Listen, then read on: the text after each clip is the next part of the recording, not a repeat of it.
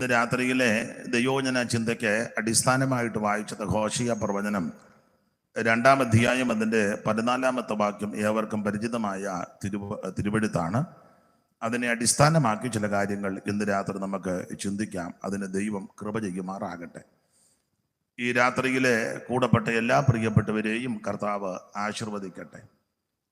നന്ദിവാചകം ആദ്യം അങ്ങ് പറയാൻ ഞാനാ പറഞ്ഞത്. പുള്ളി നിരപരാധിയാ. ദൈവത്തിൻ്റെ മഹത്വം. കാരണം ഈ മിക്കയിടത്തും ഒടുവിൽ ഈ നന്ദിവാചകം പറയുമ്പോൾ അത് ചിലർക്ക് അറിയത്തില്ല. ആ ചെയ്ത ശുശ്രൂഷയുടെ അന്തരീക്ഷവും പകിട്ടും കളയുന്നത് ചില സ്ഥലങ്ങളിലുണ്ട്. ഇവിടെ എങ്ങനെയാന്ന് ഇത് കഴിയുമ്പോൾ അറിയാം.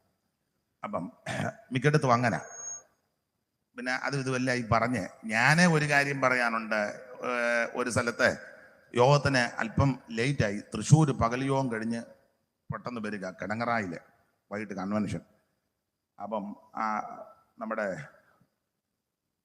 കാലടി പാലത്തിൻ്റെ അവിടെ ബ്ലോക്കായിപ്പോയി. ഇപ്പോൾ ഇച്ചിരി സൗകര്യമായി. ഭയങ്കര ഒരു 1.5 മണിക്കൂർ അവിടെ പെട്ടുപോയി. അല്ലെങ്കിൽ ടൈമിൽ ഓടിയെത്തും. അപ്പം ഞാനും പ്രയാസപ്പെട്ടു. കൺവെൻഷൻ നടത്തുന്നവർക്ക് അതിൻ്റെ ബുദ്ധിമുട്ട്. അപ്പോൾ അടുക്കാറായപ്പോൾ ഞാൻ ദൈവദാസനെ വിളിച്ചപ്പം ദൈവദാസൻ പറഞ്ഞു സമയം ഒത്തിരി പോയി, എല്ലാവരും നോക്കിയിരിക്കുക. അപ്പം ഞാൻ പറഞ്ഞൊരു കാര്യം ചെയ്യേ, സ്തോത്ര കാഴ്ച എടുക്കുന്നുണ്ടോ? അതുണ്ടെന്ന് പറഞ്ഞു. എന്നാൽ അതങ്ങ് എടുക്കാം, അതെല്ലാം എടുത്തെന്ന് പറഞ്ഞു. അപ്പം ചോദിച്ചു എടുക്കാവുന്നിടത്തോളം എടുത്തേച്ചിരിക്കുക എന്ന് പറഞ്ഞു. അപ്പം പറഞ്ഞു എന്നാ നന്ദി പറയത്തില്ലേ, ലാസ്റ്റ് ദിവസമല്ലേ നന്ദി. ഉടനെ പുള്ളി എന്നോട് പറയാ അങ്ങനൊരു ശുശ്രൂഷ ഇവിടെ ഇല്ല. ഞാൻ പറഞ്ഞു എല്ലായിടത്തും ഉണ്ട്, ഇവിടെ എന്നാ ഇല്ലാത്ത? പുള്ളി പറഞ്ഞു ഇവരെല്ലാം എനിക്ക് നന്ദി പറയണമെന്ന് പറഞ്ഞു. പിന്നെ എല്ലാറ്റിലുപരി ദൈവത്തിന് നന്ദി പറയണം. കാരണം പാട്ടുകാരെ ഞാൻ വിളിച്ച് അവർക്ക് കാശ് കൊടുക്കുന്നതാ. പാടാതെ കുത്തിയിരുന്നപ്പം വിളിച്ച് പാടിപ്പിക്കുക. അപ്പം നമുക്കും ദൈവത്തിനും നന്ദി പറയണം. പാട്ടുമായിട്ട് ചുമ്മാ ഇരിക്കുകയായിരുന്നു, അന്നേരം വിളിച്ചല്ലോ 3-4 പാട്ട് പാടാൻ. അപ്പം തന്നെ അവർക്ക് കാശും കൊടുക്കുന്നുണ്ട്. അപ്പം ദൈവത്തിനും വിളിച്ചവർക്കും നന്ദി പറയണം. പാസ്റ്റർ എന്നോട് പറഞ്ഞതാ. മൈക്ക് സെറ്റുകാര് ഇതെല്ലാം തുരുമ്പടിച്ചിരിക്കേണ്ടതായിരുന്നു, ബോക്സും ഒക്കെ. അപ്പം വിളിച്ച് ഇതെല്ലാം എടുത്തുകൊണ്ട് എല്ലാം വെച്ച് ഞങ്ങളെ ഇണക്കിയപ്പം വിളിച്ചവർക്കും ദൈവത്തിനുമാ അവരിങ്ങോട്ടാണ് നന്ദി പറയേണ്ടതെന്ന് പറഞ്ഞു. പിന്നെ പ്രസംഗിക്കാൻ വന്നവർക്ക് നന്ദി അവർക്കൊട്ടും പറയേണ്ട. കാരണം ഇങ്ങനൊരു അവസരവും സ്റ്റേജ് ഒരുക്കിയില്ലേ. അവർ ദൈവത്തിന് ആദ്യം നന്ദി പറയണം. ദൈവമേ പോയിന്റ് എല്ലാം ആയിട്ട് വരയ്ക്കാതിരിക്കുകയായിരുന്നു, ആരും വിളിക്കാതിരുന്നപ്പം. ഞാൻ പറഞ്ഞല്ലേ ശരി. പോയിന്റ് എല്ലാം കുറിച്ച് വെച്ച് വരയ്ക്കാതിരിക്കുക, ഒരു കുഞ്ഞുങ്ങൾ വിളിക്കുന്നില്ല. എന്നാലും ഇങ്ങനെ ഒരു അവസരവും സന്ദർഭവും ഇരിക്കുന്നതിന് ദൈവത്തിന് നന്ദി പറയണം. വിളിച്ച ബോവസ് പാസ്റ്റർക്ക് നന്ദി പറയണം. അങ്ങോട്ടാണ് നന്ദി പറയേണ്ടത്, പുള്ളിയല്ല നന്ദി പറയേണ്ടത്. സ്തോത്രം. ഈ സ്റ്റേജും ഇതെല്ലാം മനോഹരമായിട്ട് ചെയ്തു. അപ്പം ജോസ് എന്ത് ചെയ്യും? ജോസ് എല്ലാം പുള്ളിക്ക് നന്ദി പറയണം, ദൈവത്തിനുപരി നന്ദി പറയണം.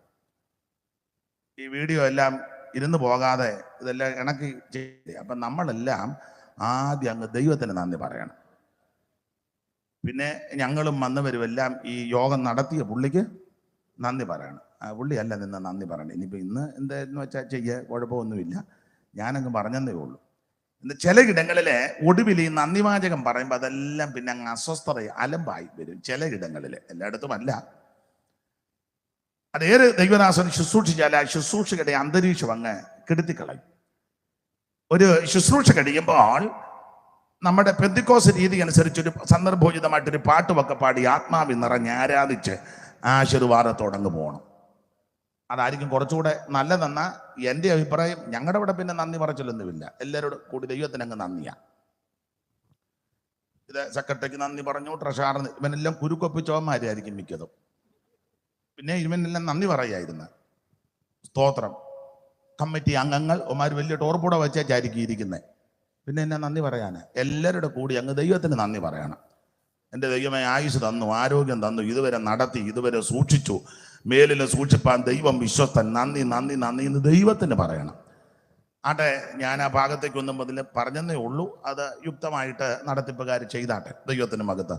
ഇന്ന് രാത്രി ദൈവവചനത്തിൽ നിന്ന് നമുക്ക് ചില കാര്യങ്ങൾ ചിന്തിക്കാം. അതിന് അടിസ്ഥാനമായിട്ട് വായിച്ച തിരുവെടുത്ത് വളരെ പരിചിതമായ തിരുവെടുത്താണ്. ഒരിക്കൽ കൂടി വായിച്ച് സഹായിച്ചാട്ടെ. അതുകൊണ്ട് ഞാൻ അവളെ വശീകരിച്ച് മരുഭൂമിയിൽ കൊണ്ടുചെന്ന് അവളോട് ഹൃദ്യമായി സംസാരിക്കും. അതുകൊണ്ട് ഞാൻ അവളെ വശീകരിച്ച് മരുഭൂമിയിൽ കൊണ്ടുചെന്ന് അവളോട് ഹൃദ്യമായി സംസാരിക്കും. എല്ലാവരും കരങ്ങൾ ഉയർത്തി ദൈവത്തിന് മഹത്വം കരയേറ്റിയാട്ടെ. ഒരിക്കൽ കൂടി ഹല്ലേലൂയ പാടാം. എത്ര നാൾ ചതിച്ചു കൊള്ളും പിശാചി ലോകം, എത്ര നാൾ ഭരിച്ചു കൊള്ളും, എത്ര നാൾ ചതിച്ചു കൊള്ളും പിശാചി ലോകം, എത്ര നാൾ ഭരിച്ചു കൊള്ളും, എത്ര നാൾ പറഞ്ഞും കൊള്ളും അപവാദങ്ങൾ ശുദ്ധിമാന്മാരുടെ മേലും. കർത്താവെ നോക്കി കാണാം പാർത്തലത്തിൻ ദുരിതം, കർത്താവെ നോക്കി കാണാം പാർത്തലത്തിൻ ദുരിതം, കർത്താവെ നോക്കി കാണാം പാർത്തലത്തിൻ ദുരിതം.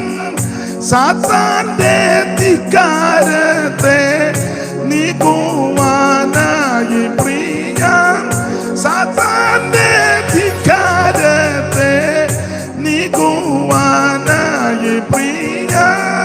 കാന്താതാമസം എന്താണോ വന്നിടാനേശു, കാന്താതാമസം എന്താണോ, കാന്താതാമസം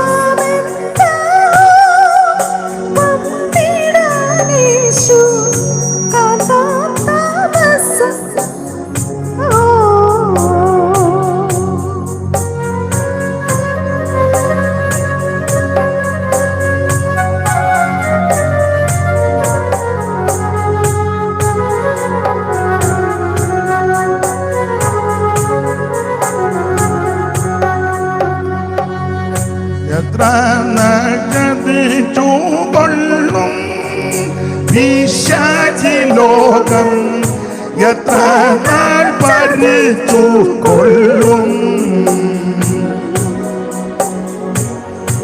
എത്ര നാൾ പിശാചി ലോകം, എത്ര നാൾ ചതിച്ചു കൊള്ളും, എത്ര നാൾ ചതിച്ചു കൊള്ളും, എത്ര നാൾ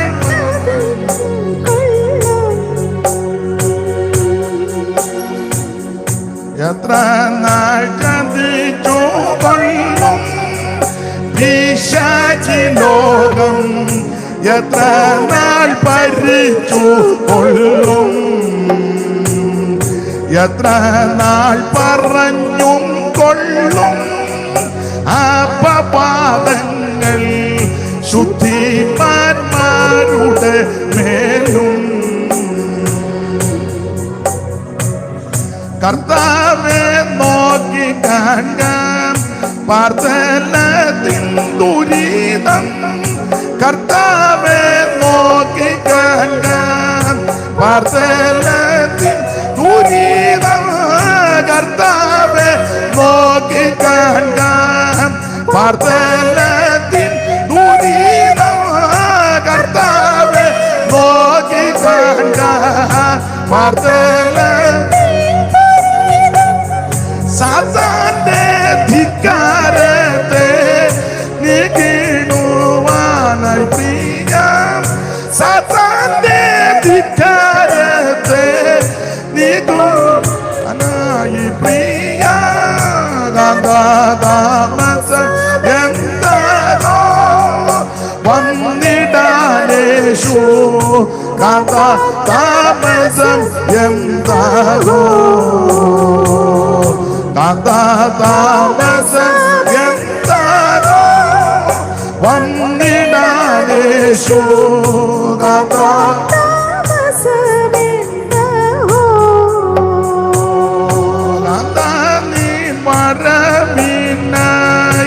കാത്തിരും എന്റെ കാന്താനി വരവിനായി കാത്തിരും കാന്താനി വരവിനായി കാത്തിരും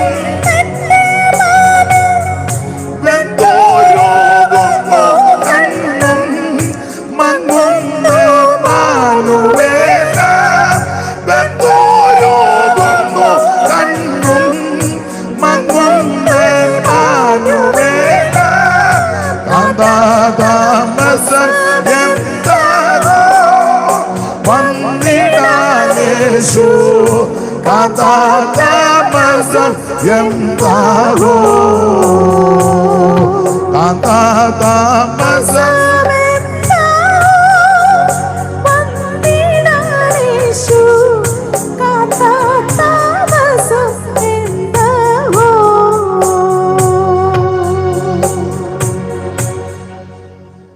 ഒരിക്കൽ കൂടി കരമുയർത്തി ദൈവത്തെ മഹത്വപ്പെടുത്താം.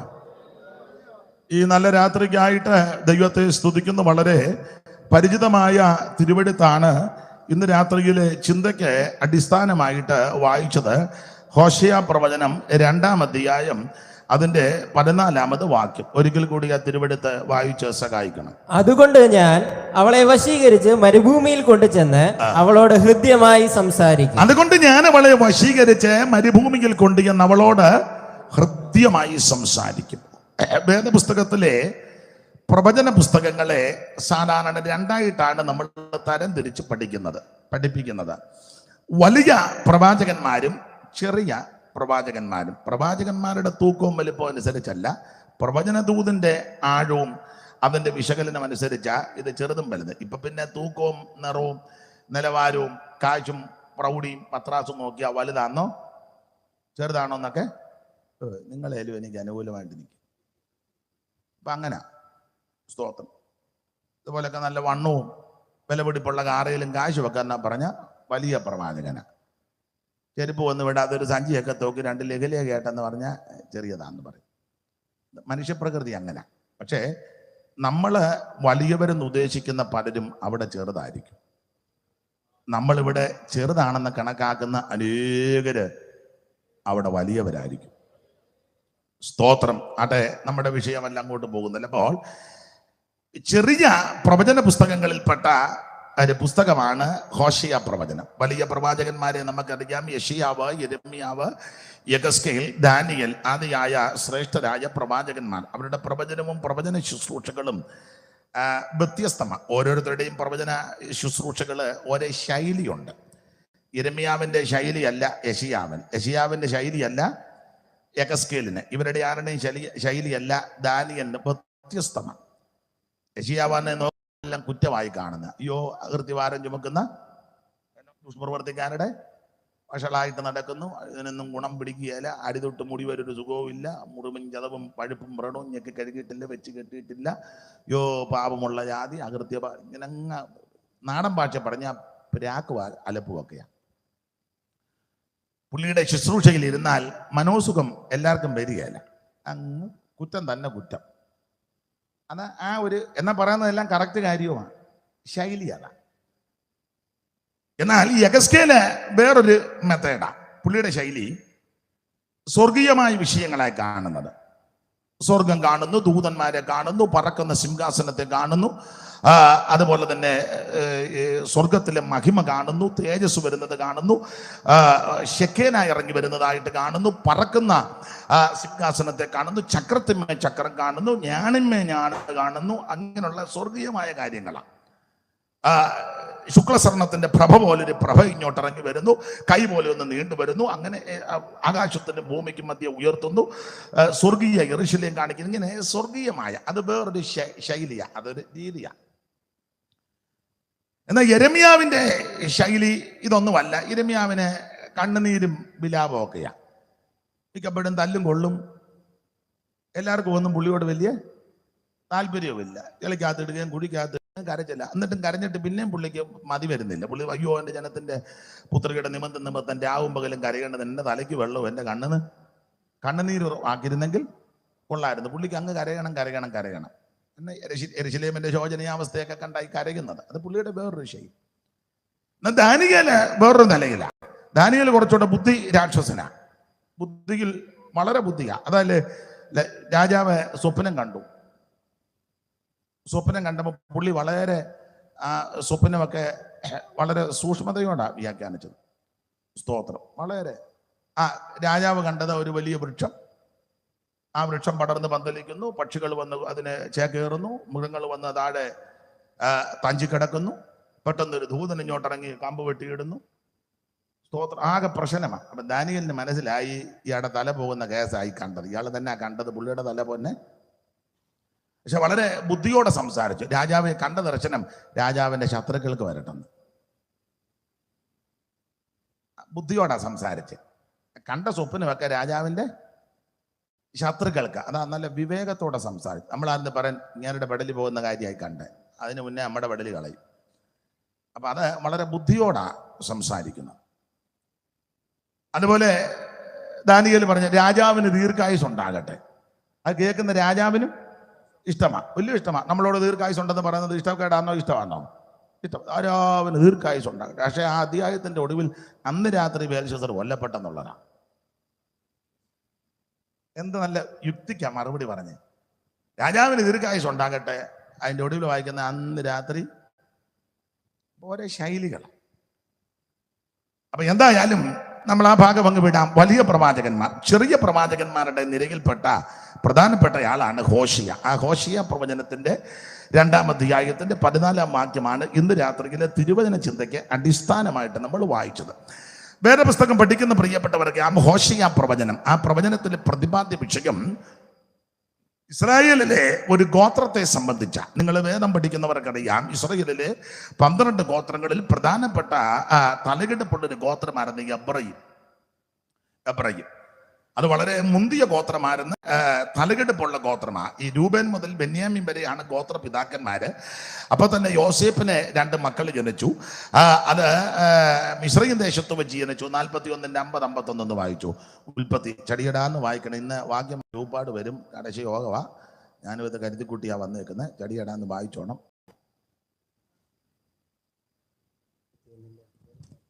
ഇടതുവശത്ത് 41:50-51. ക്ഷാമകാലം വരും മുമ്പേ യോസഫിന് 2 പുത്രന്മാർ ജനിച്ചു. ക്ഷാമകാലം വരുന്നതിന് മുമ്പ് യോസേഫിന് 2 പുത്രന്മാർ ജനിച്ചു. അവരെ ഓലിലെ പുരോഹിതനാകുന്ന പോത്തിഫാറയുടെ പുത്രി ആസനത്ത് പ്രസവിച്ചു. എന്റെ സകല കഷ്ടതയും പിതൃഭവനുമൊക്കെ ദൈവം എന്നെ മറക്കുമാറാക്കിയെന്ന് പറഞ്ഞ് യോസേഫ് തന്റെ ആദ്യജാതന് മനേശെ എന്ന് പേരിട്ടു. അടുത്ത വാക്യം. സങ്കടദേശത്ത് ദൈവം എന്നെ വർദ്ധിപ്പിച്ചു എന്ന് പറഞ്ഞു. സങ്കടദേശത്ത് എന്റെ ദൈവം എന്നെ വർദ്ധിപ്പിച്ചു എന്ന് പറഞ്ഞ് അവൻ 2-ാമത്തവന് എഫ്രയീം എന്ന് പേരിട്ടു. അപ്പോൾ യോസേഫിന് മിസ്രയീം ദേശത്ത് വെച്ച് ജനിച്ച 2-ാമത്തെ പുത്രനാണ് എബ്രയീം. എബ്രയീമിനെ പറ്റിയാണ് ഈ ഹോശിയ പ്രവചനത്തിലെ പ്രതിപാദ്യ വിഷയം. വ്യക്തിപരമായിട്ട് എബ്രയീം എന്ന് പറയുന്നെങ്കിലും ഇസ്രായേലിനെ ആസ്പദീകരിച്ച ഈ ദൂതുകൾ മുഴുവൻ. അപ്പോൾ ശ്രദ്ധിക്കുക, യോസേഫിന് മിസ്രയീമിൽ വെച്ച് ജനിച്ച 2-ാമത്തെ പുത്രനാണ് എബ്രയീം. എബ്രയീമിനെ പറ്റി പഠിക്കുന്നത് ഈ ഇസ്രായേലിലെ ഏറ്റവും നമ്പർ 1 ഗോത്രമായിരുന്നു എഫ്രയീം. അണ്ട് 11:1 വായിച്ചേ. ഹോശിയ 11:1 പെട്ടെന്ന്.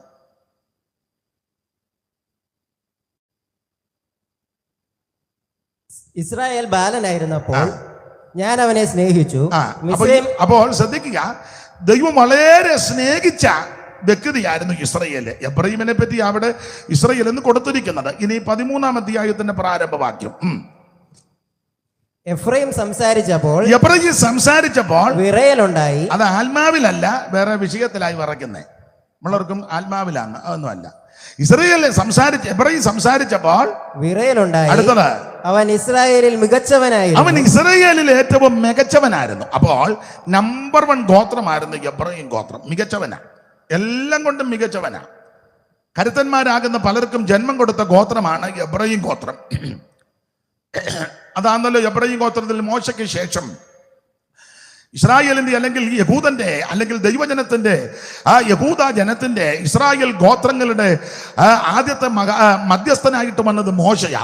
മോശയ്ക്ക് ശേഷം ഇസ്രായേൽ മക്കളെ കനാനിലേക്ക് കൈപിടിച്ച് നടത്തിയതിൽ പ്രഥമനും അഗ്രഗണ്യനുമായിരുന്നു യോശുവ. മോശയുടെ കൈക്ക് വെള്ളമൊഴിച്ച യോശുവ. ആ യോശുവ എബ്രയീം ഗോത്രത്തിൽ നൂന്റെ മകനാകുന്ന യോശുവ. അപ്പോൾ മുന്തിയ ആൾക്കാര് ഈ ഗോത്രത്തിൽ ഉടലെടുത്തു. അപ്പോൾ തന്നെ നെബാത്തിന്റെ മകനാകുന്ന യൊരേബയ ഇസ്രായേലിലെ ആദ്യത്തെ രാജാവ്.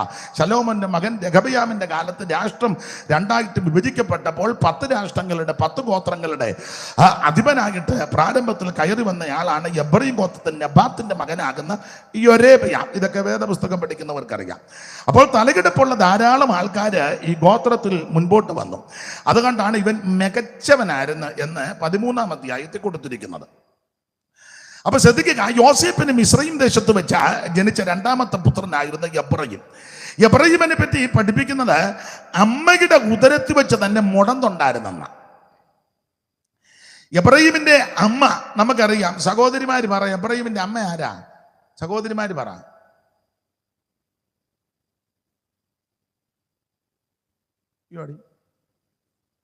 ആരെങ്കിലും ഒരാൾ എഴുന്നേറ്റ് എന്ന് പറ. അവിടെ നിന്ന് ഷൂ നിന്നും വെച്ചാൽ എനിക്ക് കേൾക്കുകയല്ല. ഇന്ന് ഞങ്ങൾ ഞങ്ങൾ പറഞ്ഞിട്ടിങ്ങേര് പ്രസംഗിച്ച് തെളിഞ്ഞത് തന്നെ. അതായിരിക്കും നിങ്ങളുടെ ചിന്ത. ഉറക്കെ പറ. നേരത്തെ പറയായിരുന്നു, ഇത്രയും സമയം പോകുമായിരുന്നു. അപ്പൊ ശ്രദ്ധിക്കുക, എബ്രയീമിന്റെ അമ്മ മിസ്രയീമിലെ ഓനിലെ പുരോഹിതൻ പോത്തിഫറയുടെ പുത്രി ആസുനത്ത് എന്ന് പറയുന്ന സ്ത്രീയാണ് എബ്രയീമിന്റെ അമ്മ. ആ സ്ത്രീയുടെ ഉദരത്തിൽ വെച്ച് തന്നെ എബ്രയീമിന് മുടന്തുണ്ടായിരുന്നെന്ന. അമ്മയുടെ ഗർഭപാത്രത്തിൽ വെച്ച് തന്നെ ഈ കുട്ടി മുടന്തുണ്ടായിരുന്നെന്ന. മുടന്തുണ്ടെന്ന് സാധാരണ വേദപഠിതാക്കൾ 2 വാക്യത്തിലാ തെളിയിക്കുന്നത്. 13:13 വായിച്ചേ. ഹോശയ 13:13. നോവ് കിട്ടിയ ഈ സ്ത്രീയുടെ വേദന അവനുണ്ടാകും. അവൻ ബുദ്ധിയില്ലാത്ത മകൻ. സമയമാകുമ്പോൾ അവൻ ഗർഭധാരത്തിങ്കൽ എത്തുന്നില്ല. ഇതിനെപ്പറ്റി ചിലർ പറയുന്നത് അമ്മയുടെ ഉദരത്തിൽ വെച്ച് തന്നെ മുടന്തി കിടന്നത് കൊണ്ട് പ്രസവ സമയത്ത് കുട്ടി ആ കൃത്യത്തിന് അമ്മയുടെ ഗർഭദ്വാരത്തിങ്കൽ എത്തിയില്ല. അത് മുടന്തുള്ളത് കൊണ്ടായിരുന്നെന്നാ പറയുന്നത്. അപ്പോൾ മുടന്തുണ്ടായിരുന്നു. അതിന് ഒരു വാക്യം കൂടെ വായിക്കുമ്പോൾ അല്പം കൂടെ ഒരു തെളിവ് കിട്ടും. 11:2 വായിച്ചേ. 11:2. ഹോശയ 11:2. അവർ വിട്ടകന്നു പോയി. അവരെ വിളിക്കും തോറും, അങ്ങനെ ചേർത്ത് വായിക്കേ. അവരെ വിളിക്കുന്തോറും അവർ വിട്ടകന്നു പോയി. ബാൽബിംബങ്ങൾക്ക് അവർ ബലി കഴിച്ചു. അശേരാ പ്രതിഷ്ഠകൾക്ക് ധൂപം കാട്ടി. അടുത്ത വാക്യം. ഞാൻ എബ്രയീമിനെ നടക്കാൻ ശീലിപ്പിച്ചെന്ന. മുടന്തുണ്ടായിരുന്ന ചെറുപ്പത്തിൽ. അപ്പൊ ഈ അമ്മയുടെ ഉദരത്ത് വെച്ച് മുടന്തുള്ളത് കൊണ്ട് സമയമായപ്പോൾ കുട്ടി അമ്മയുടെ ഗർഭദ്വാരത്തിൽ എത്തിയില്ല. ഇതിന് മുടന്തുള്ളത് കൊണ്ടാണ് നടക്കാൻ ശീലിപ്പിച്ചത്. ആത്മീക ലോകത്ത് മുടന്തുള്ള ധാരാളം ആൾക്കാരുണ്ട്. 50 കൊല്ലമായി പെന്തിക്കോസ് വന്നിട്ട് ഇതുവരെ മുടന്ത് മാറിയിട്ടില്ല. അതുകൊണ്ടല്ലേ പറയുന്നത്, ഒരിക്കൽ കൂടി സ്തുതിച്ചാട്ട്, ശക്തിയോടെ സ്തുതിച്ചാട്ട്, പോരാ, എല്ലാം മുടന്തി കിടക്കുക. 30 കൊല്ലമായി പെന്തിക്കോസ് വന്ന് പ്രാർത്ഥിച്ച് തുടങ്ങാൻ അറിയാൻ മേല, പ്രാർത്ഥിച്ച് നിർത്താൻ അറിയാൻ മേല. എല്ലാവരുടെയും കാര്യമല്ല. ചിലക്ക് സാക്ഷ്യം പറയാൻ പോലും അറിയത്തില്ല. നിന്നിങ്ങനെ കറങ്ങുന്ന കാണാം. നല്ലവനും വല്ലവനും ഹല്ലേലൂയ നിന്ന് കറങ്ങുക. മുടന്താ ആട്ടെ, ആ ഭാഗത്തേക്കല്ല ഇപ്പൊ പോകുന്നില്ല. അപ്പോൾ ഇതിനെ ശീലിപ്പിക്കുക. മുടന്നുള്ള കുട്ടിയായിരുന്നെന്ന. അപ്പൊ ചരിത്രം പറയുന്നത് ഈ പ്രസവ സമയത്ത് കുട്ടിയെ കിട്ടുമെന്ന് പോലും പ്രതീക്ഷയ്ക്ക് വകയില്ലായിരുന്നെന്ന. അപ്പോൾ സൂതികർമ്മണികൾ യോസേപ്പിനോട് അറിയിച്ചു, കുട്ടിക്ക് മുടന്തുണ്ട്, അകത്ത് മുടന്തി ഉടക്കി കിടക്കുക, ചിലപ്പോൾ കുട്ടിയെ കിട്ടാൻ ബുദ്ധിമുട്ടാ, പ്രയാസമാ. അപ്പോൾ യോസേപ്പ് പറഞ്ഞെന്നാ പറയുന്നത്, അവൻ കുഴപ്പമില്ല, മുടന്താന്നേലും കിട്ടട്ടെ, ആമൻ സ്തോത്രം, അത് ദൈവകരങ്ങളിലേക്ക് ഏൽപ്പിക്കാന്ന്. അങ്ങനെ ഈ സ്ത്രീ പ്രസവിച്ചു. സൂതികർമ്മണികൾ അത് സ്ഥിരീകരിച്ചു, കുഞ്ഞിന് മുടന്തുണ്ടെന്ന്. അപ്പൊ ചരിത്ര ഒക്കെ പഠിച്ചവർ പറയുന്നത്, ഈ മുടന്തുള്ള കുഞ്ഞിനെ കിട്ടിക്കഴിഞ്ഞപ്പോൾ യോസേപ്പ് ഈ കുഞ്ഞിനെ ഉയർത്തിയച്ച് പറഞ്ഞെന്നാ പറഞ്ഞത്, കർത്താവേ, മുടന്തുണ്ട്, അപാകതയുണ്ട്, ഊനമുണ്ട്, പോരായ്മയുണ്ട്, പക്ഷെ സകലതും പരിഹരിക്കുന്ന നിന്റെ കരങ്ങളിലോട്ട് തരിക. നിനക്ക് കഴിയാത്ത ഒരു കാര്യവുമില്ല. ഇന്ന് രാത്രി എന്നെ കേൾക്കുന്ന ദൈവമക്കൾക്ക് തരാനുള്ള ആത്മീക പാഠം, നമുക്ക് പ്രയാസമുള്ളതെല്ലാം ദൈവകരങ്ങളിൽ കൊടുക്കണം. നിന്റെ തലമുറയ്ക്ക് ജ്ഞാനം കുറവാണെങ്കിൽ, അറിവ് കുറവാണെങ്കിൽ, കഴിവില്ലെങ്കിൽ, ആരോഗ്യമില്ലെങ്കിൽ, ജ്ഞാനമില്ലെങ്കിൽ, ബുദ്ധിയില്ലെങ്കിൽ പതറണ്ട, നിരാശപ്പെട്ടു പോകണ്ട. സകലവും കൊടുക്കുവാൻ കഴിവുള്ള ദൈവത്തിന്റെ കരങ്ങളിലേക്ക് കൊടുക്കണം. Price the Lord. സാറ് പണ്ടൊരു പാട്ട് പാടി, അല്പമാമുപകരണം കൊണ്ട് നൽപ്പഴും നമ്മകത്തായ വേലകൾ ചെയ്തും ശില്പികൾ കൂടയവനെ നീയേരിൽ പുരുഷൻ ചിരന്തര നമസ്കാരം. മാനുവൽ മനുജസൂത നിന്റെ മാനമേറും തൃപ്പാദങ്ങൾ വണങ്ങി ഞങ്ങൾ മംഗളമോതിടും നീതാ. നിത്യം മഹിമയുണ്ടായിടട്ടെ നിനക്കു നാഥാ. മാനുവൽ മനുജസൂത. അപ്പൊ ശ്രദ്ധിക്കുക, നമുക്ക് പ്രയാസമുള്ളതെല്ലാം ഇന്ന് രാത്രി ദൈവകരങ്ങളിൽ കൊടുക്കണം. സകലതും പരിഹരിക്കാൻ കഴിവുള്ള ഒരുവൻ സ്വർഗത്തിലുണ്ട്. ഇന്ന് രാത്രി മനോഭാരത്തോടെ, മനോവേദനയുടെ, കുഞ്ഞുങ്ങളുടെ വിഷയത്തിൽ, കുടുംബത്തിന്റെ വിഷയത്തിൽ, ജീവിത പ്രാരാബ്ദങ്ങളൊക്കെ വഹിച്ച് വളരെ ഭാരത്തോടെ എന്താകും എങ്ങനാകുമെന്നത് ചിന്താഭാരത്തോടെ എന്നെ കേൾക്കുന്നവര് ചിലപ്പോൾ ഇതിനകത്ത് കാണും, ദൂരെ നിന്നായിരിക്കുക, എവിടെയായിരിക്കട്ടെ, നിരാശപ്പെട്ടു പോകരുത്, തളർന്നു പോകരുത്. നിനക്ക് പരിഹരിക്കാൻ പറ്റാത്ത മുഴുവൻ വിഷയങ്ങളും പരിഹരിക്കാൻ കഴിവുള്ള ഒരുവൻ നമുക്ക് വേണ്ടി ഉയരത്തിലുണ്ട്. യോസേപ്പ് ഈ മുടന്തുള്ള കൊച്ചിനെ ഉയർത്തിയച്ചേ പറഞ്ഞു, കർത്താവ് മുടന്തുണ്ട്, പക്ഷേ നീ ഇത് പരിഹരിച്ചു തരാൻ. അത് ദൈവത്തിന്റെ കരങ്ങളിലോട്ട് ഏൽപ്പിച്ചു. ദൈവം ഈ പ്രാർത്ഥന അങ്ങ് കേട്ടു. അങ്ങനെ എബ്രഹീമിനെ ദൈവം അങ്ങ് അനുഗ്രഹിച്ചു. വേറെ പുസ്തകം പഠിക്കുന്ന നിങ്ങൾക്കറിയാം, ഗോത്രപിതാവാകുന്ന യാക്കോബ് മരിക്കുന്നതിന് മുമ്പ് തൻ്റെ തലമുറകളെയെല്ലാം വിളിച്ച് ഭാവികാലം സംബന്ധിച്ച് അനുഗ്രഹിക്കുന്ന ഭാഗമാണ് ഉൽപ്പത്തി പുസ്തകം 49 പ്രാരംഭവാക്യം മുതൽ.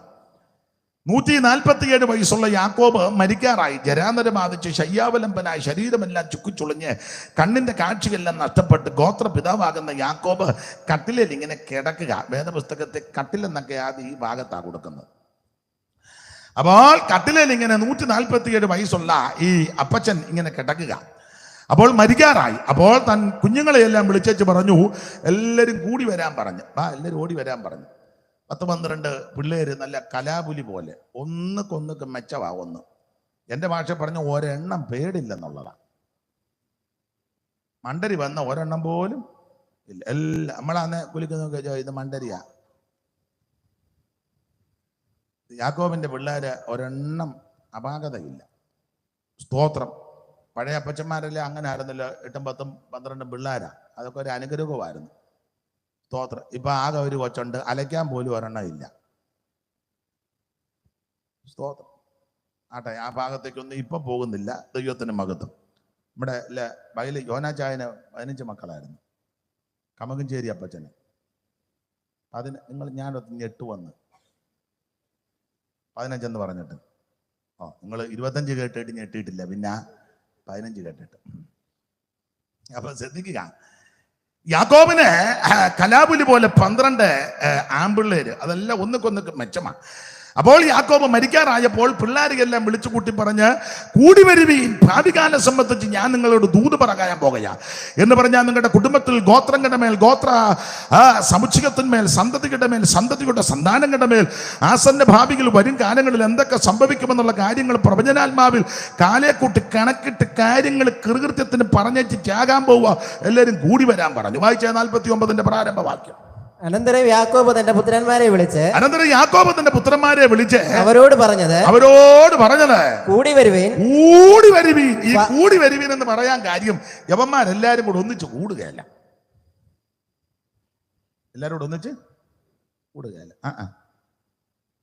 എല്ലാം ഒരു അപ്പന്റെ മക്കളാ, പക്ഷെ ഒന്നിച്ച് കൂടുകയല്ല.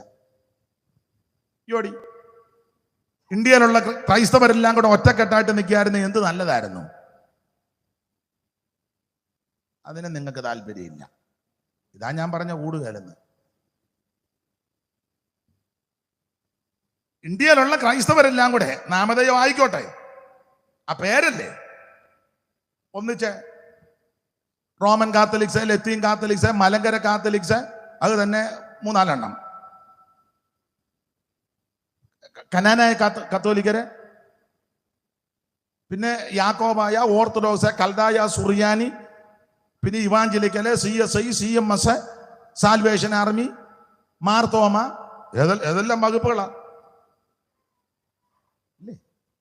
ബ്രദറുകാര്, ബന്ധുക്കോസുകാര്, ബന്ധുക്കോസ് തന്നെ പല വകുപ്പുകൾ, ഇതെല്ലാം കൂടെ ഒറ്റക്കെട്ടായിട്ട് നിൽക്കുകയായിരുന്നേ. ഒത്തതാ. പണ്ടേ വേട്ടമല ഇവാഞ്ചലിക്കലായിരുന്നല്ലോ, അതുകൊണ്ട് വേട്ടമല ഒരു പാട്ട് പാടിയതാ. അവിടെ നിൽക്കുമ്പോൾ അങ്ങനെ പാടാനേ ഒക്കുള്ളൂ, അതുകൊണ്ട് വേട്ടമല അങ്ങനെ പാടിയതാ. ഇവിടെ ആയിരുന്നേ കുറച്ചുകൂടെ വൃത്തിയായിട്ട് പുള്ളി പാടിയാണ്. എന്നാലും കുഴപ്പമില്ല, പാട്ടിന്റെ വരി ഇങ്ങനെ വേട്ടമല പാടി. സഭകളന്നേകമാകും സർവേശ്വരൻ സകലർക്കും ഒന്നാകും. സഭകളന്നേകമാകും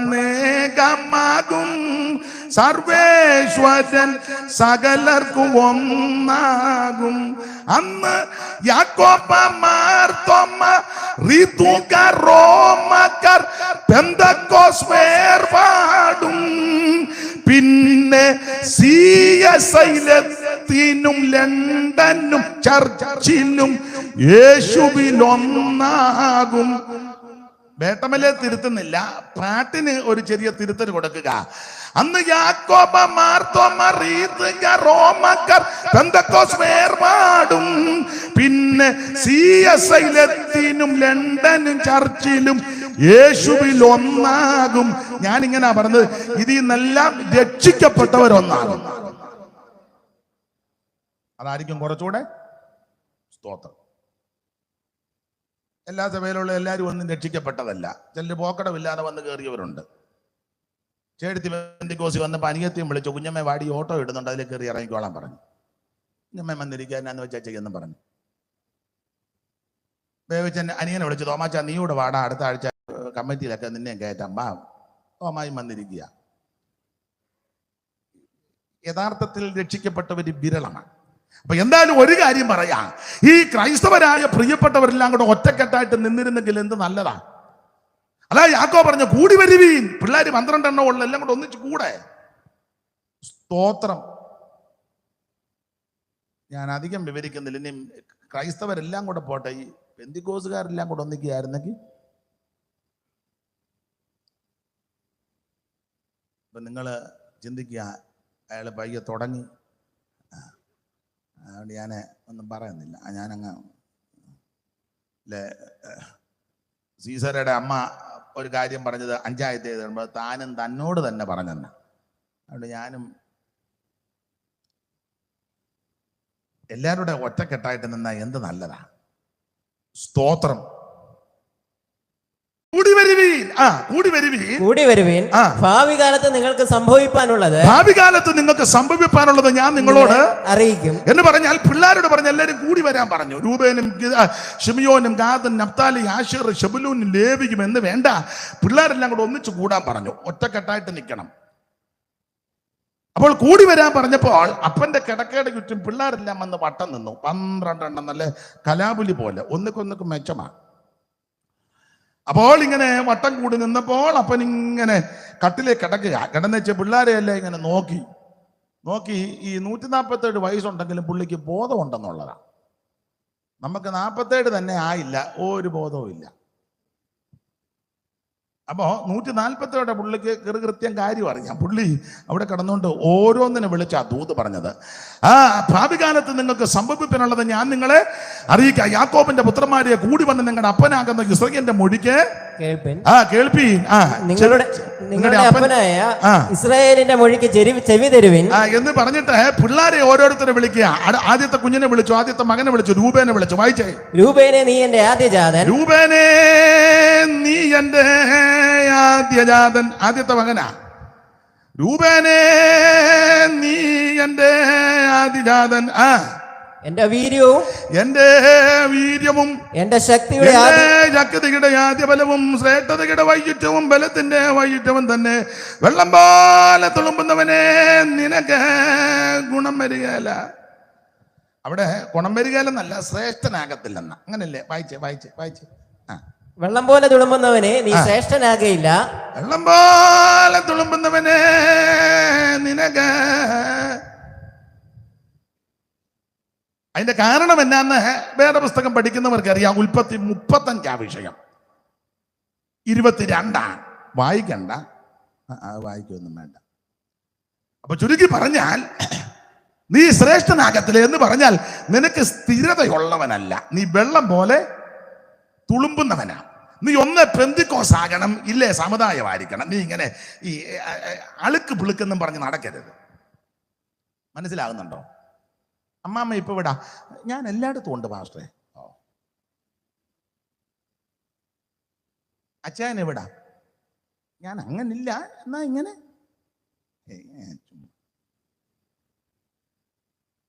നീ ഇരുതോണിയിൽ എത്രത്തോളം കാല് വെക്കും? ഏലിയാ പറഞ്ഞു ബാല് ദൈവമാണെങ്കിൽ അവനെ സേവിക്കണം. അല്ല, യഹോവ ദൈവമാണെന്ന് നിനക്ക് ബോധ്യപ്പെട്ടെങ്കിൽ നീ യഹോവയെ സേവിക്കണം. ചട്ടത്തിന്മേ ചട്ടം, ചട്ടത്തിന്മേ ചട്ടം, സൂത്രത്തിന്മേ സൂത്രം, സൂത്രത്തിന്മേ സൂത്രം, അവിടെ അല്പം ഇവിടെ അല്പം നിൽക്കാതെ നീ യഹോവയോട് പറ്റി നിൽക്ക. യഹോവയോട് പറ്റി നിന്നാൽ നിശ്ചയം നിനക്ക് വിടുതലുണ്ട്. അവൻ എന്നോട് പറ്റിയിരിക്കിയാൽ ഞാൻ അവനെ വിടുവിക്കും. അവൻ എന്റെ നാമത്തെ അറിയിയാൽ ഞാൻ അവനെ ഉയർത്തും. ഒരു അനർത്ഥം നിനക്ക് ഭവിക്കത്തില്ല, ഒരു ബാരകം നിന്റെ കൂടാരത്തിൽ അടുക്കത്തില്ല. പകൽ സൂര്യനെങ്കിലും രാത്രി ചന്ദ്രനെങ്കിലും നിന്നെ ബാധിക്കത്തില്ല. രാത്രിയിലെ ഭയത്തോയും പകൽ പറക്കുന്ന അസ്ത്രത്തോയും ഇരുട്ടിൽ സഞ്ചരിക്കുന്ന മഹാമാരിയും ഉച്ചയ്ക്ക് നശിപ്പിക്കുന്ന സംഹാരത്തെ നിനക്ക് പേടിപ്പാനില്ല. യഹോവ ഒരു ദോഷവും തട്ടാതെ വണ്ണം നിന്നെ പരിപാലിക്കും. തീർന്നില്ല, നിന്റെ പ്രാണനെ പരിപാലിക്കും. ഇവനെ വെള്ളം പോലെ ആ തുളുമ്പുന്ന ശരിയല്ല, സ്ഥിരതയില്ല. കൺവെൻഷൻ ഇങ്ങോട്ട് വന്നപ്പോൾ ആ പാർട്ടിക്കാർ പോകുന്നു. ഉടനെ പെമ്പളടി ബൈബിൾ കൊടുത്തു, സൂത്തമ്മ പൊക്കോടി, ഞാൻ കൊടി ഇംഗലാ വിളിച്ചു അവനും പോവുക. പിന്നെ സ്ഥിരതയില്ല. മനസ്സിലാകുന്നോ? ഞായറാഴ്ച ആരാധനയ്ക്ക് വന്നപ്പോൾ അവര് പറഞ്ഞു ബൂത്തിൽ വന്നിരിക്കണമെന്ന്. മിൽമാ ബൂത്തല്ല, ഇലക്ഷൻ ബൂത്തിൽ. ഉടനെ വെള്ള ഷർട്ട് മാറ്റി വെച്ചേ, ഏതെങ്കിലും ആട്ടെ. സ്ഥിരതയില്ല. മനസ്സിലാകുന്നുണ്ടോ? ഉപവാസ പ്രാർത്ഥനയ്ക്ക് വരാൻ തങ്കമ്മയ്ക്ക് നേരമില്ല. അയൽക്കൂട്ടത്തിന്റെ തിരുവാതിരകളിലേക്ക് പോകുന്നുണ്ട്. മിണ്ടുന്നില്ലല്ലോ.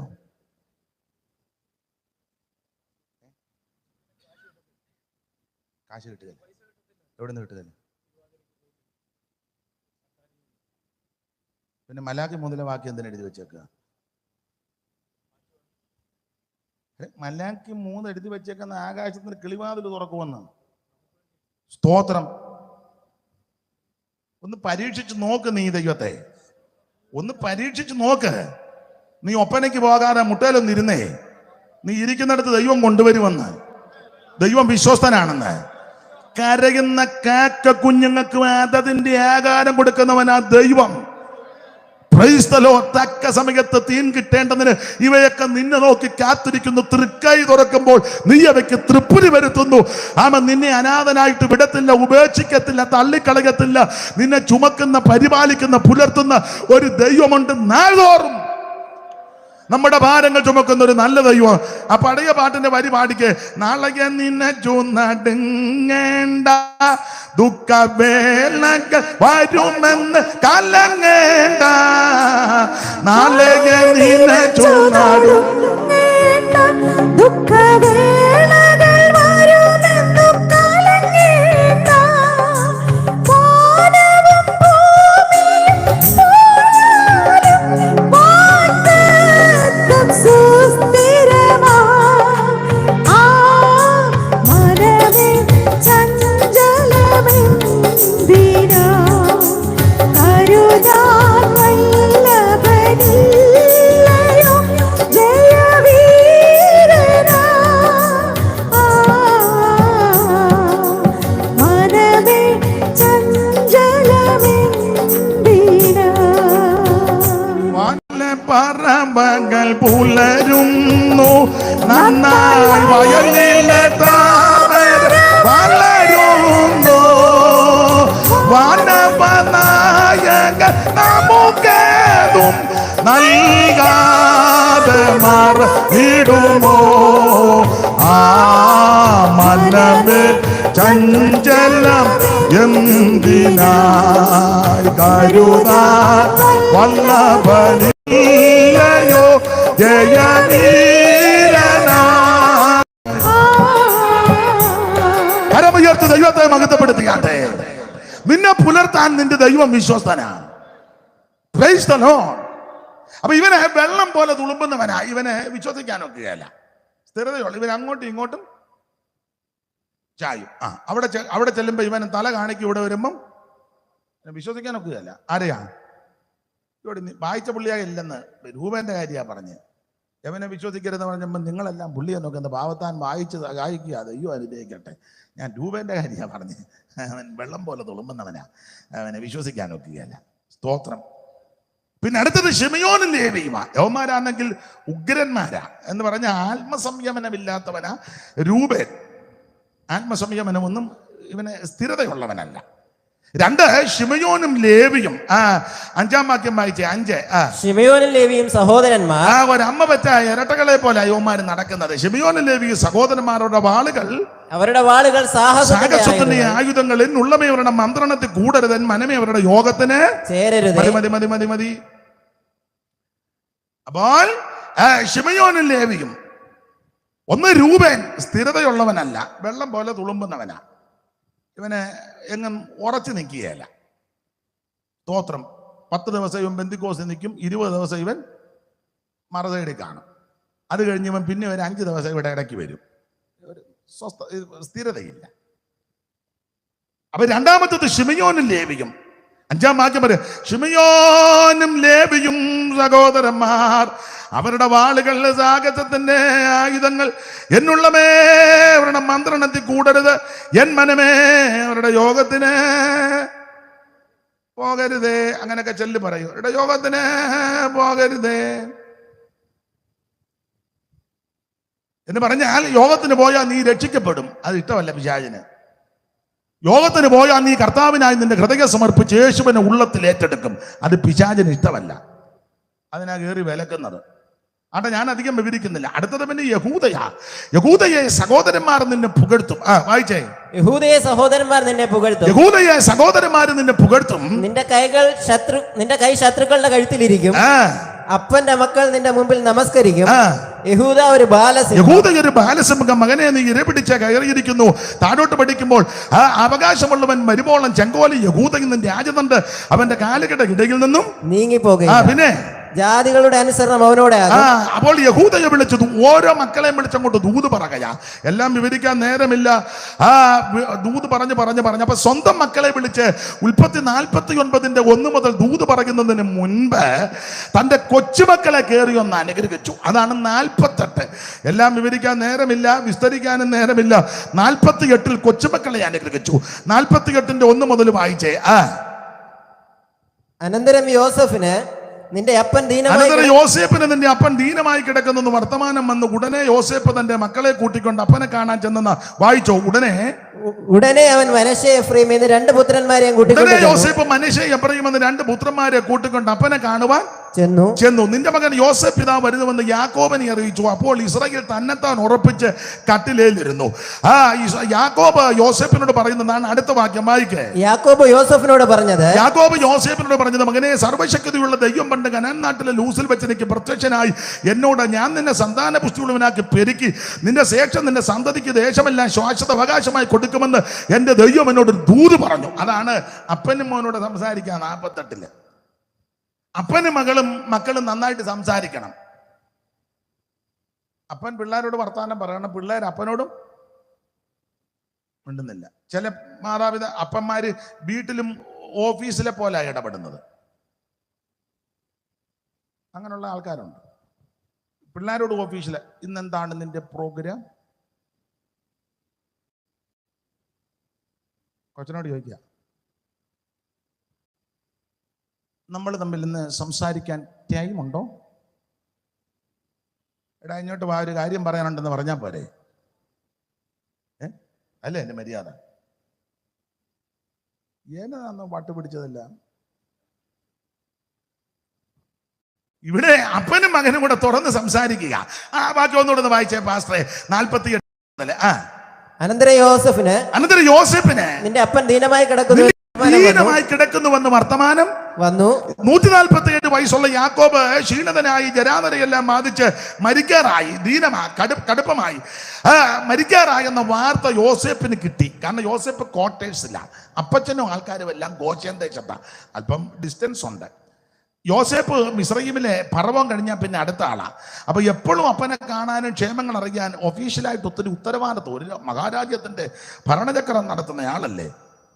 നമുക്ക് 4 പെണ്ണുങ്ങളും 5 ആണുങ്ങളും ഉള്ളൊരു താപ, എല്ലാം കൂടെ 9 പേര്. എന്നിട്ട് തന്നെ പാസ്റ്റർമാർ പറഞ്ഞ് ബിസിയാന്നാ പറയുന്നത്. ചാത്തം വിടാത്തൊരു തള്ളയും തോത്രം പറയാത്തൊരു വല്യപ്പനും. പക്ഷെ എന്തുകൊണ്ട് ബിസി നിന്ന് വളയുക ഞായറാഴ്ച ഒരു തോത്രം പറയിപ്പിക്കാൻ. അപ്പൊ ഒരു രാജ്യത്തിന്റെ, ഒരു മഹാരാജ്യത്തിന്റെ ഭരണസാരഥ്യം ഏറ്റെടുത്ത് ഭരണചക്രം തിരിക്കുന്ന ആൾക്ക് ഉത്തരവാദിത്വമൊന്നും വേണ്ടതുണ്ട്. അതുകൊണ്ട് എപ്പോഴും അപ്പൻ്റെ അടുക്ക വന്ന് ഇരിക്കാനും കാണാനും ഒക്കുന്നില്ല. അപ്പോൾ ആരോ പറഞ്ഞു കൊടുത്തു, നിന്റെ അപ്പൻ ദീനമായി കിടക്കുന്നു യോസേപ്പിനോട്. യോസേപ്പിന്റെ സ്ഥാനത്ത് ഞാനോ നിങ്ങളോ ആരെന്ന് പറയാൻ കുഴപ്പമില്ല, അവിടെ കിടക്കട്ടെ, ഞാൻ ഇവിടെ നിന്ന് വചനം വഹിച്ച് പ്രാർത്ഥിക്കും. 103 കാരണം മുടക്കൊന്നും, കാശ് മുടക്കില്ലല്ലോ. വചനം വഹിച്ചാൽ കാശ് മുടക്കൊന്നും. അതേസമയം അപ്പനെ കാണാൻ ചെന്നാൽ കാശ് മുടക്കില്ലേ? പോകുന്നതിൻ്റെ ചിലവ്, വണ്ടിക്കൂലി, അല്ലെ ഓട്ടോ പിടിക്കണം, ഇല്ലേ ബസ്സിനായ ബസ്. ന്യായമായ നിലയിൽ അപ്പനെ ഓറഞ്ചോ മുന്തിരിങ്ങായോ ആപ്പിളോ വല്ലതും കഴിക്കുന്ന അപ്പനാണെങ്കിൽ കുറഞ്ഞത് ഇന്നത്തെ കാലം അനുസരിച്ച് 1 കിലോ എങ്കിലും മേടിച്ചുകൊണ്ട് പോകണം. പിന്നെ അവിടെ ചെന്ന് അപ്പച്ചന് ഈ 50-50 ബിസ്ക്കറ്റ് ഉണ്ട്, ചെറിയ ഉപ്പും ഒക്കെ ചേർന്ന്, വലിയ പൈസ ഇല്ല, എന്നാലും 10-20 രൂപ. എത്ര 20 എത്രയാ? ആയിക്കോട്ടെ, എന്നാലും 50-ന് താഴെയാന്നേ. വലിയ മുടക്കൊന്നും വലുതായിട്ടില്ല, എന്നാലും 50 കൊടുക്കണമല്ലോ. സ്തോത്രം. പിന്നെ ഈ വന്ന കാലത്ത് ന്യായമായിട്ട് അനിയൻ്റെയോ ചേട്ടൻ്റെയോ മോടെ വീട്ടിലാണ് നിൽക്കുന്നെങ്കിലും കണ്ടേച്ച് പോകുമ്പോൾ കുറഞ്ഞതൊരു 500 രൂപയെങ്കിലും കൊടുക്കണം. അപ്പൊ എല്ലാം കൂടെ ഒരു 10,000 രൂപ ചിലവുണ്ട്. വീട്ടിൽ നിന്ന് വചനം വായിച്ചാൽ 1 രൂപ ചിലവാകുമോ?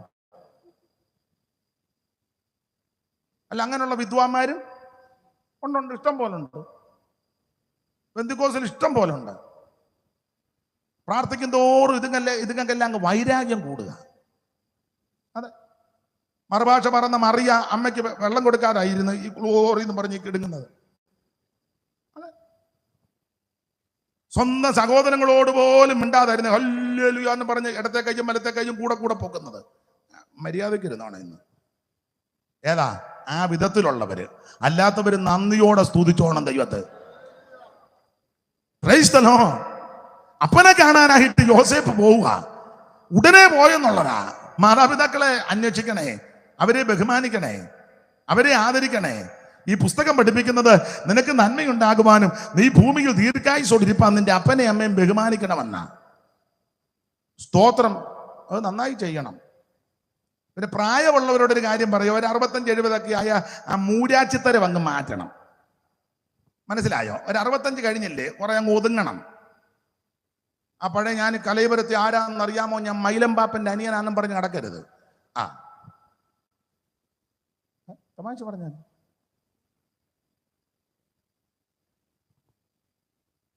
മരുമകളെ നല്ല ആറ്റം സൈസാ, കപ്പലിൽ നീ ആടി പ്ലെയിനെ കയറുന്നവളാ. ഈ വെള്ളത്തിലെടുത്ത അവള് അതുകൊണ്ട് കഞ്ഞി കുടിച്ചൊക്കെ ജീവിക്കണമെങ്കിൽ കുറച്ചൊക്കെ പഴയ പത്രാസം പ്രൗഢിയൊക്കെ ഒന്ന് ഒതുക്കി ദൈവത്തെ വിളിച്ചേ മരുമകളോ മക്കളോ ഇച്ചിരി കഞ്ഞിയോ വെള്ളം തരുകാൻ സ്തോത്രം പറഞ്ഞ് കുടിച്ച് കിടക്കണം. ഇല്ലെങ്കിൽ നേരെ ജോസ്റ്റാൻ എടുത്ത് വിടും.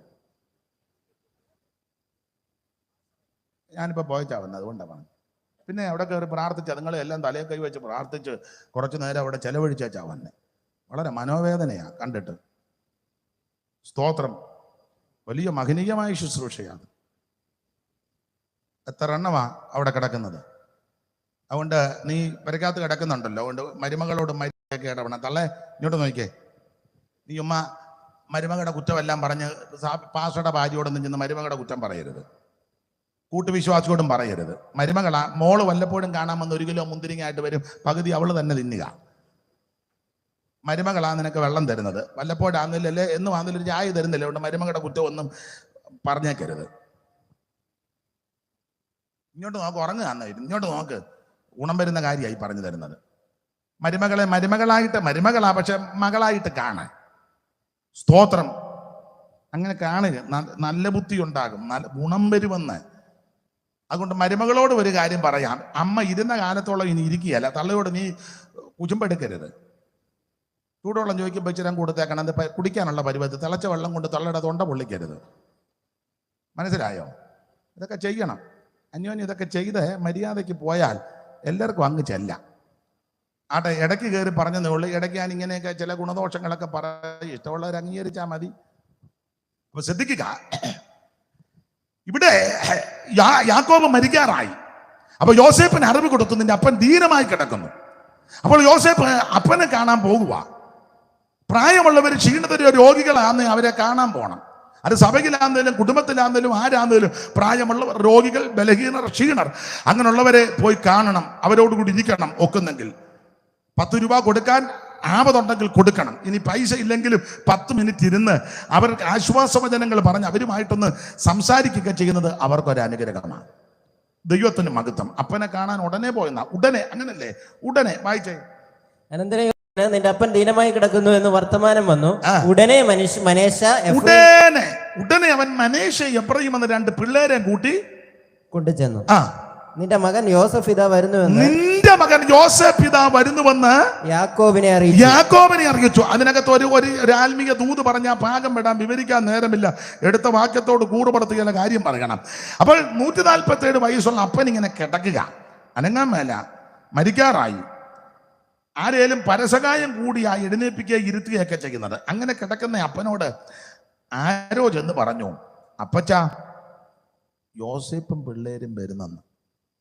യോസേപ്പും പിള്ളേരും വരുന്നു. അവിടെ വായിക്കുന്ന ഉടനെ യാക്കോബ് അപ്പോൾ ഇസ്രായേൽ തന്നെത്താൻ ഉറപ്പിച്ച് കട്ടിലേലിരുന്നു. തന്നെത്താൻ ഉറപ്പിച്ചെന്ന് പറഞ്ഞാൽ പരസകായം കൂടാതെ അപ്പൻ ചാടി അങ്ങ് എഴുന്നേറ്റു. ചാടി എഴുന്നേറ്റ് ആ കട്ടിലേൽ അങ്ങ് ഇരിക്കുക. എന്നാ ഈ പരസകായം കൂടാതെ ചാടി എഴുന്നേക്കാൻ കാരണം അപ്പന്റെ കാതിൽ കേട്ട ശബ്ദം എന്നാന്നറിയാമോ? യോസേപ്പും പിള്ളേരും വരുന്നു. ഇന്ന് രാത്രി ഇതിനകത്തെ ആത്മീയ പാഠം, നല്ല യോസേപ്പാകുന്ന യേശു ക്രിസ്തുവിന്റെ വീണ്ടും വരവിനെ പറ്റി കേൾക്കുമ്പോൾ നിന്റെ ക്ഷീണമെല്ലാം മാറണം, സകല തകർച്ചകളും തളർച്ചകളും മാറണം. ഇപ്പോൾ ശരീരത്തിൽ ബലഹീനതയുണ്ട്, രോഗങ്ങളുണ്ട്, പീഡകളുണ്ട്, സാമ്പത്തിക ബുദ്ധിമുട്ട് കാണാം, കുടുംബത്തിൽ പ്രശ്നങ്ങൾ കാണാം, കുഞ്ഞുങ്ങളുടെ വിഷയത്തിൽ മനം നൊന്തിരിക്കുക, ഭാര്യയോടുള്ള ബന്ധത്തിൽ, ഭർത്താവിനോടുള്ള ബന്ധത്തിൽ, ആ സമൂഹത്തോടുള്ള ബന്ധത്തിൽ പലവിധ വിഷയങ്ങളിൽ ഞരങ്ങിയും ഭാരപ്പെട്ടും ഇരിക്കുന്ന പലരും ഇന്ന് രാത്രി എന്നെ കേൾക്കണമെന്നുണ്ടെന്ന് എനിക്കറിയാം. എന്നാൽ നിങ്ങളോടൊരു കാര്യം പറയാൻ, രക്ഷിക്കപ്പെട്ട ദൈവമക്കളൊരു കാര്യം പറയാ, അധികം താമസിക്കാതെ നല്ല യോസേപ്പാകുന്ന യേശു ക്രിസ്തു വരാൻ പോകുകയാ. എത്രയും അല്പകാലം കഴിഞ്ഞിട്ട് വരുവാനുള്ളവൻ വരും. തനിക്കായി കാത്തു നിൽക്കുന്ന വിശുദ്ധന്മാരുടെ രക്ഷയ്ക്കപ്പെടുന്ന പാപം കൂടാതെ രണ്ടാമതും പ്രത്യക്ഷപ്പെടും. ചിലർ താമസമെന്ന് വിചാരിക്കുന്നത് പോലെ കർത്താവ് തന്റെ വാഗ്ദത്തം നിവർത്തിപ്പാൻ താമസിക്കുന്നില്ല. യൂദാ പറഞ്ഞിരിക്കുന്ന ആ കർത്താവ് എല്ലാവരും വിധിപ്പാനും അവർ അഭക്തിയോടെ ചെയ്ത ഭക്തിവിരുദ്ധമായ സകല പ്രവർത്തികളും, ആ ഭക്തി കെട്ട ഭാവികൾ തന്റെ നേരെ പറഞ്ഞ ദൂരങ്ങൾ നിമിത്തം ഭക്തി കെട്ടവരെയൊക്കെയും ബോധം വരുത്തുവാൻ 1000 വിശുദ്ധന്മാരോട് കൂടെ വന്നിരിക്കുന്നു. മഹത്വ പ്രത്യക്ഷതയാണെങ്കിലും ദൂത് പറയുകയാ, യേശു വീണ്ടും വരും. ആ സുവാർത്ത കേൾക്കുമ്പോൾ ക്ഷീണമെല്ലാം മാറണം. യേശുവിന്റെ വരവിനെ പറ്റി കേൾക്കുമ്പോൾ ബലഹീനത മാറണം. അതിന് യേശുവിന്റെ വരവിന്റെ വിശേഷത, അന്ന് നമ്മുടെ സകല ദുരിതവും മാറും. ഈ താഴ്ചകളുള്ള ശരീരം ഒരു മഹത്വമുള്ള ശരീരം പ്രാപിക്കും. ഈ ബലഹീനമായ ശരീരം ബലമുള്ളൊരു ശരീരം പ്രാപിക്കുമെന്ന് അവൻ സങ്കീർത്തനക്കാരൻ പാടി. ഇപ്പോൾ നമ്മൾ ഈ ലോകത്തിലായിരിക്കുമ്പോൾ അവൻ സ്വന്തം നിന്ദകളും പീഡകളും ആക്ഷേപങ്ങളും അപമാനങ്ങളും, പൗലോസിന്റെ ഭാഷയെ പറഞ്ഞ മാനാപമാനങ്ങളും ദുഷ്കീർത്തി സൽകീർത്തികളും, കഷ്ടത, പട്ടിണി, നഗ്നത, ഉപദ്രവം, വാള്, അനർത്ഥം, കാട്ടിലെ ആപത്ത്, കള്ള സഹോദരന്മാരുടെ ആപത്ത്, കടലിലെ ആപത്ത്, പട്ടിണി, പൈതാകം എന്ന് വേണ്ട അനവധി നിരവധി ശോധനകളിൽ കൂടി കടന്നു പോകുന്ന ദൈവമക്കൾ സങ്കീർത്തനക്കാരൻ പാടുക, ഇത് മുഴുവൻ വേഗത്തിൽ തീരും, ഇത് വേഗം തീരുകയും ഞങ്ങൾ പറന്നു പോകുകയും ചെയ്യും എന്ന് പറഞ്ഞാൽ യേശുവിന്റെ വരവിൽ പ്രൈസ് ദി ലോർഡ് വരുമേ. തിരുവായി മൊഴിഞ്ഞവൻ അരുളിയപ്പോൾ വചനം നിറവേറ്റാൻ വന്നു സഭയെ ചേർക്കുവാൻ, വേഗം മഹിമയിലെടുപ്പാൻ കൊണ്ടുവരുന്നു ജാലയിൽ പോയി ചേർത്ത് പന്തിയിലിരുത്താൻ, കൊണ്ടുവരുന്നു ജാലയിൽ പോയി ചേർത്ത് പന്തിയിലിരുത്താൻ, കൊണ്ടുവരുന്നു ജാലയിൽ പോയി ചേർത്ത് പന്തിയിലിരുത്താൻ. കാന്താവരവു കാത്തു കാത്തു ഞങ്ങളെത്ര നാൾ വാർത്തിടണം. കാന്താവരവു കാത്തു കാത്തു ഞങ്ങളെത്ര നാൾ എത്രയോ കാലമായി നോക്കി നോക്കി പാരിൽ മാത്രയും മാറാതെ കാത്തു നിന്നിടുന്നു. എന്നു നീ വന്നു കണ്ടിടും പൊന്മുഖം ഒന്ന് ചുംബിക്കുവാൻ. എന്നു നീ വന്നു കണ്ടിടും പൊന്മുഖം ഒന്ന് ചുംബിക്കുവാൻ. വരുമേ തിരുവായി മോടിഞ്ഞവൻ അരുളിയപ്പോ വചനം നിറവേറ്റാൻ വന്നു സഭയെ ചേർക്കുവാൻ. വേഗം മഹിമയിലെടുപ്പാൻ കൊണ്ടുവരുന്നു ശാലയിൽ പോയി ചേർത്ത് പന്തിയിലിരുത്താൻ. കൊണ്ടുവരുന്നു ശാലയിൽ പോയി ചേർത്ത് പന്തി. അപ്പൊ ശ്രദ്ധിക്കുക, യേശുക്രിസ്തുവിന്റെ വീണ്ടും വരവ് ഈ സുവിശേഷ ലോകത്തിന്റെ മഹാസമാപന ദിനത്തിൽ പറയട്ടെ, അധികം താമസിക്കാതെ യേശു വീണ്ടും വരും. എന്തിന്? തിരുസഭയെ ചേർക്കാൻ. Price the Lord. ഈ വാർത്ത, ഈ സുവാർത്തയെ പറ്റി കേൾക്കുമ്പോൾ ക്ഷീണമെല്ലാം മാറണം. സ്തോത്രം. അല്ല, നിന്റെ മകൻ യോസേഫ് പിതാവ് വരുന്നുവെന്ന് യാക്കോബിനെ അറിയിച്ചു. അപ്പോൾ ഇസ്രായേൽ തന്നെത്താൻ ഉറപ്പിച്ച് കട്ടിലിന്മേലിരുന്നു. യാക്കോബ് യോസഫിനോട് പറഞ്ഞത്, അപ്പന്റെ മോനോട് സംഭാഷിക്കുക. ഈ യാക്കോബ് കട്ടിലേൽ ഇരുന്നതിനെ പറ്റി വേറെ പണ്ഡിതന്മാർ ഇതിനെയൊക്കെ പറ്റിയൊക്കെ പഠിച്ച ആൾക്കാർ പറഞ്ഞ് കട്ടിലേൽ ഇങ്ങനെ ഇരുന്നു, കാല് രണ്ടും താപ്പോട്ടാക്കി, രണ്ട് കാലിന് നടുവിലായിട്ടൊരു വടിയുണ്ട്. വടി നിലത്ത് കുത്തി, എന്നിട്ട് ആ വടിയുടെ മേളിൽ കൈ രണ്ടും വെച്ച്, കൈയുടെ മേളിൽ ഇങ്ങനെ താടിയും വെച്ച് ഇരുന്നെന്നാ പറയുന്നത്. പാസ്റ്റർ കണ്ടോന്നൊന്നും എന്നോട് കയറി ചോദിച്ചേക്കരുത്. അല്ല, അങ്ങനെ ചോദിക്കുന്ന ആൾക്കാർ പിന്നെ നമ്മൾ ഇതെല്ലാം കഴിഞ്ഞല്ലേ വന്നേ. സ്തോത്രം. അങ്ങനെ പറയുന്നത്. എന്തായാലും യാക്കോബ് കട്ടിലേൽ ഇങ്ങനെ ഇരുന്നു. അപ്പോൾ യോസേഫ് അടുത്ത് വന്നു. അപ്പന്റെ മോനോട് സംഭാഷിക്കുക, ഹൃദയം തുറന്ന് സംഭാഷിക്കുക. അപ്പൊ യാക്കോബ് യോസേഫിനോട് പറഞ്ഞേ, വായിച്ചേ. യാക്കോബ് യോസഫിനോട് പറഞ്ഞത്, സർവശക്തിയുള്ള ദൈവം കനാൻ ദേശത്തിലെ ലൂസിൽ വെച്ച് എനിക്ക് പ്രത്യക്ഷനായി. ഈ കണ്ട ഉടനെ അപ്പനും മോനും സംസാരം തുടങ്ങുന്നത് ദൈവിക വിഷയത്തില്ല. സർവശക്തിയുള്ള ദൈവം. അപ്പനും മക്കളും കാണുമ്പോൾ ദൈവിക കാര്യം വേണം ആദ്യം പറയാൻ. ആദ്യം പറയണം ദൈവത്തിന് മഹത്വം, അല്ലെ പ്രൈസ് ദി ലോർഡ്. ഇംഗ്ലീഷ് ഇരിക്കട്ടെ. കാണുമ്പോഴേ ദൈവത്തിന് മഹത്വം, അതൊക്കെയാ ചോദിക്കേണ്ടത്. മക്കളെ കാണുമ്പോഴേ, അല്ല കണ്ടോണ്ടേ ശമ്പളം കിട്ടുന്നുണ്ടോടാ, പിന്നെ അവൻ പറയാം ഇല്ലെന്ന് പറഞ്ഞാൽ ഇനി കൊടുക്കണ്ടല്ലോ. മറ്റവൻ മതിലിങ്ങോട്ട് ഇറക്കി കെട്ടിയിട്ടുണ്ടോ? മക്കളെ കാണുമ്പോൾ ഇതൊന്നും അല്ല ചോദിക്കേണ്ടത്. ദൈവത്തെ പറ്റി പറയണം. നീ പ്രാർത്ഥനയ്ക്ക് പോകുന്നുണ്ടോ? വേദപുസ്തകം വായിക്കുന്നുണ്ടോ? നീ ദൈവത്തെ ആരാധിക്കുന്നുണ്ടോ? നീ കൂട്ടായ്മയ്ക്ക് പോകുന്നുണ്ടോ? ഇതൊക്കെ ആ പിള്ളേരോട് ചോദിക്കണ്ടേ. സ്തോത്രം. അപ്പൻ താമസിച്ച് വന്ന ആദ്യം ചോദിക്കേണ്ടത് കഞ്ഞി കുടിച്ചോന്നല്ല, പ്രാർത്ഥിച്ചോടാന്ന് ചോദിക്കണം. അത് കഴിഞ്ഞ് ചോദിക്കണം കഞ്ഞി കുടിച്ചോന്ന്. ആരോട് പറയാതപ്പാ ഗോതമംഗലം. അപ്പനും മകനോട് സംഭാഷിക്കുക, മകനെ സർവശക്തിയുള്ള ദൈവം എന്ന് പറഞ്ഞാൽ ഞാനും നിങ്ങളും ആരാധിക്കുന്ന ദൈവം സർവശക്തിയുള്ള ദൈവമാണ്. സ്തോത്രം. കരുത്തില്ലാത്ത ദൈവമല്ല, കഴിവില്ലാത്ത ദൈവമല്ല, അവൻ അപാകതയുള്ള ദൈവമല്ല, ഊനമുള്ള ദൈവമല്ല. ഊനമില്ലാത്ത കരുത്തുള്ള കരുത്തനായ ശക്തനായ സർവശക്തനായ ദൈവമാണ് എന്റെയും നിങ്ങളുടെ ദൈവം. നമ്മുടെ ദൈവത്തെ പോലെ വലിയ ദൈവം ആരുള്ളൂ? ഈ ദൈവം എന്നും എന്നേക്കും നമ്മുടെ ദൈവമാ. അവൻ നമ്മെ ജീവപര്യന്തം വഴി നടത്തുവാൻ ശക്തനാ. ഇന്ന് രാത്രി നിന്നെ രക്ഷിച്ച സർവശക്തിയുള്ള ദൈവം. Price the Lord. അവിടുന്ന് അനേതിയായി ശാശ്വതമായി നമ്മുടെ ദൈവമാണ്. അതെല്ലാം വിവരിക്കുന്നില്ല.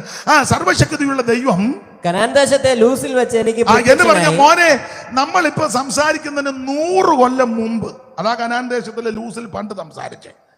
നമ്മളിപ്പോ സംസാരിക്കുന്നതിന് 100 കൊല്ലം മുമ്പ് സർവശക്തിയുള്ള ദൈവം എന്നോടൊരു ദൂത് പറഞ്ഞു. 100 കൊല്ലം മുമ്പ്. എന്തുവാ പറഞ്ഞ ദൂത്? അടുത്ത വാക്യം.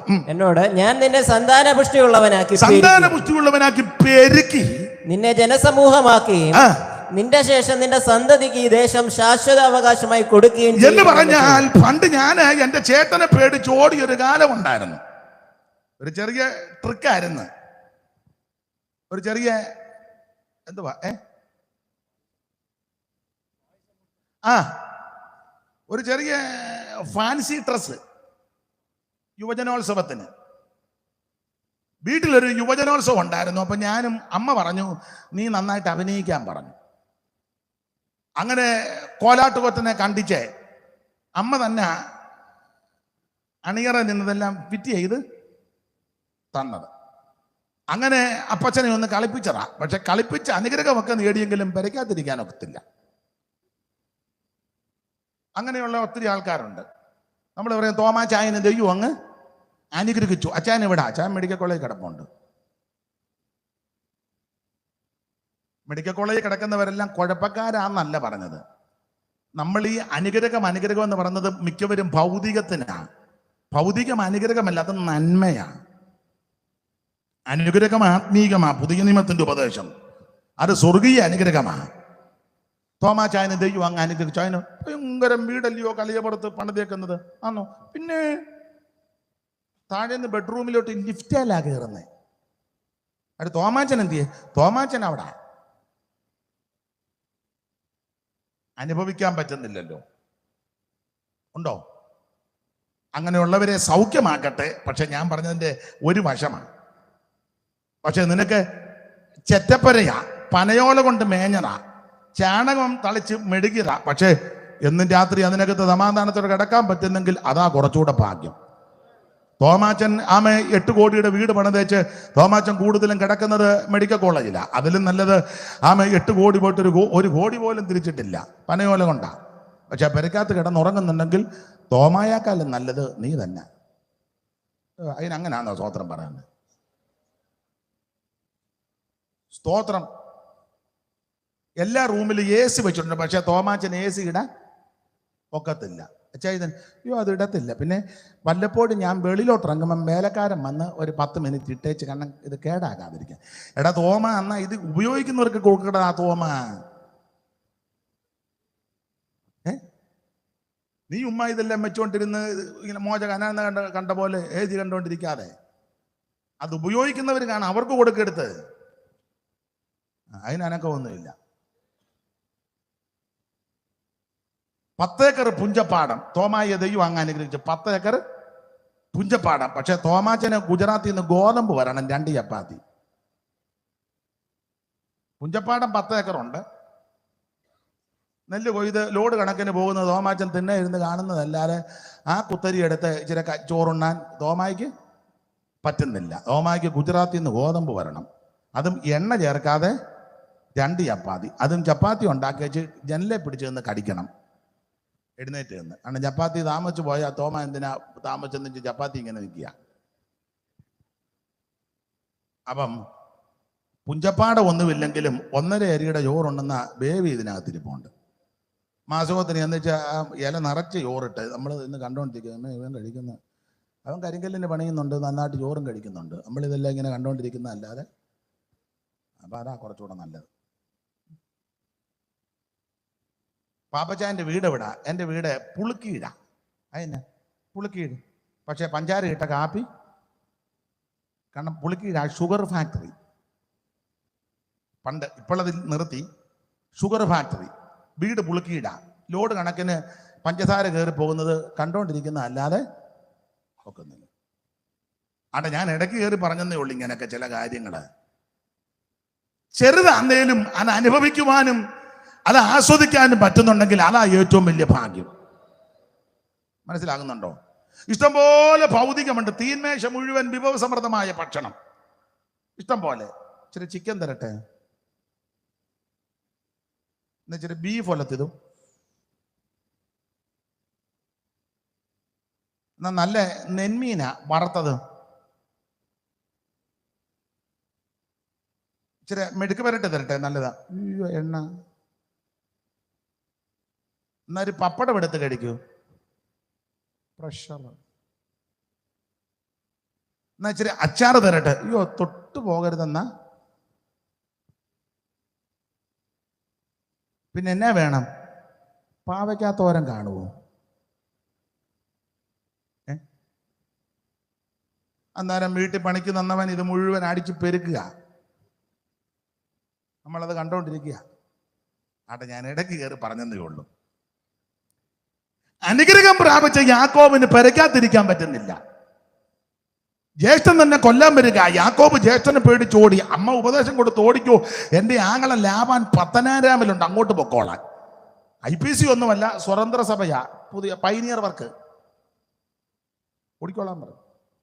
ആ ഓട്ടം ഓടി ഓടി ഓടി ഒരു സ്ഥലത്ത് വന്നപ്പോൾ സൂര്യൻ വൈകി അസ്തമിച്ചു. സന്ധ്യയായി, ഇരുട്ട് പരന്നു. മൂങ്ങയുടെ ശബ്ദം, കുറുക്കന്റെ ശബ്ദം, ഭീകരാന്തരീക്ഷം.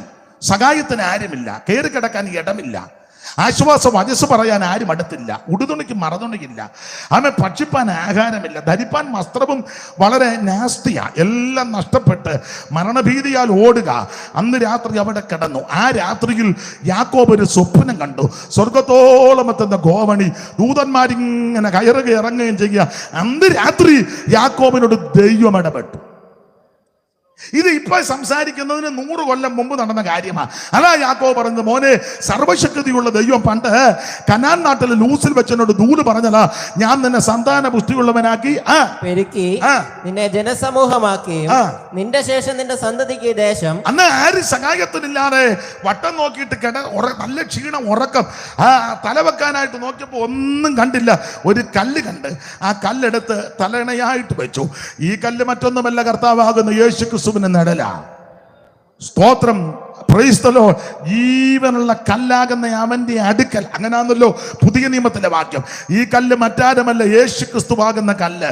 അതാണ് ആശ്രയമായിട്ട് അടുത്ത് തലയ്ക്ക് വെച്ചത്. സ്തോത്രം. പാടാൻ വയ്യ. ഇവരും ഞാനും കൂടെ അങ്ങോട്ട് ശരിക്കും ഒത്തുവരുന്നുമില്ല. നിങ്ങളുടെ കുഴപ്പമല്ല, കുഴപ്പം എൻ്റെതാ. കാരണം ഞാൻ ഏത് പാട്ടാ പാടുന്നത് അതുങ്ങൾക്ക് അറിയാമല്ല. നിങ്ങൾ പക്കം പിടിച്ചു വരുമ്പോൾ നമ്മൾ നിർത്തുകയും ചെയ്യുന്നുണ്ട്. അതുകൊണ്ടാണ്. പണ്ട് പീറ്റർ അച്ഛൻ പാടിയൊരു പാട്ടുണ്ടല്ലോ, എടുത്ത് പാടിക്കോണേ. തലകിണയായി കൽമാത്രം എന്നെണ്ണുമ്പോൾ കോവേണിയിൽ ദൂതന്മാർ ഇറങ്ങി വരും. തലയിണയായി കൽമാത്രം എന്നെണ്ണുമ്പോൾ കോവേണിയിൽ ദൂതന്മാർ ഇറങ്ങി വരും. പിളർന്നതാ പാറ നിന്നിൽ ഞാൻ മറയട്ടെ. പിളർന്നതാ പാറ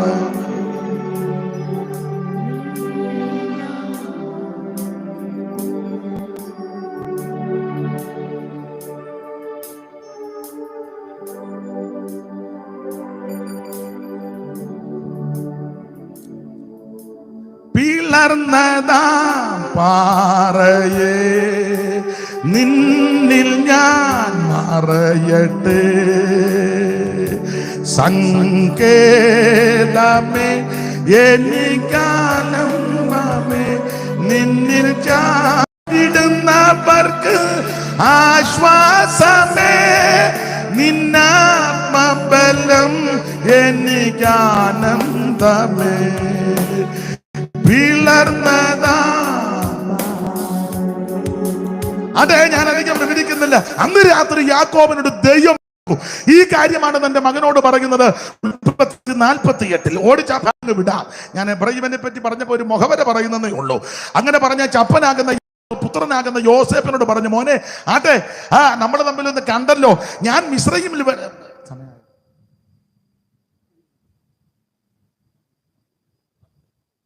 ഇന്നലെ ഞാൻ കൃത്യത്തിനാണ് നിർത്തിയത്. ഇന്നലെ വരണമായിരുന്നു. കൃത്യത്തിനാണ് ഞാൻ നിർത്തിയത് ഇന്നലെ. അവിടെ ചില കാര്യം പറയാനുണ്ട്. അപ്പൊ ശ്രദ്ധിക്കുക. യാക്കോബ് പറയുക, മോനെ, സർവശക്തിയുള്ള ദൈവം എന്നെ അനുഗ്രഹിച്ചു. ഞാൻ ഈ മിസ്രയീമിൽ വരുന്നതിന് മുമ്പ് നിനക്ക് 2 പിള്ളേര് ജനിച്ചെന്ന് ഞാൻ കേട്ടു.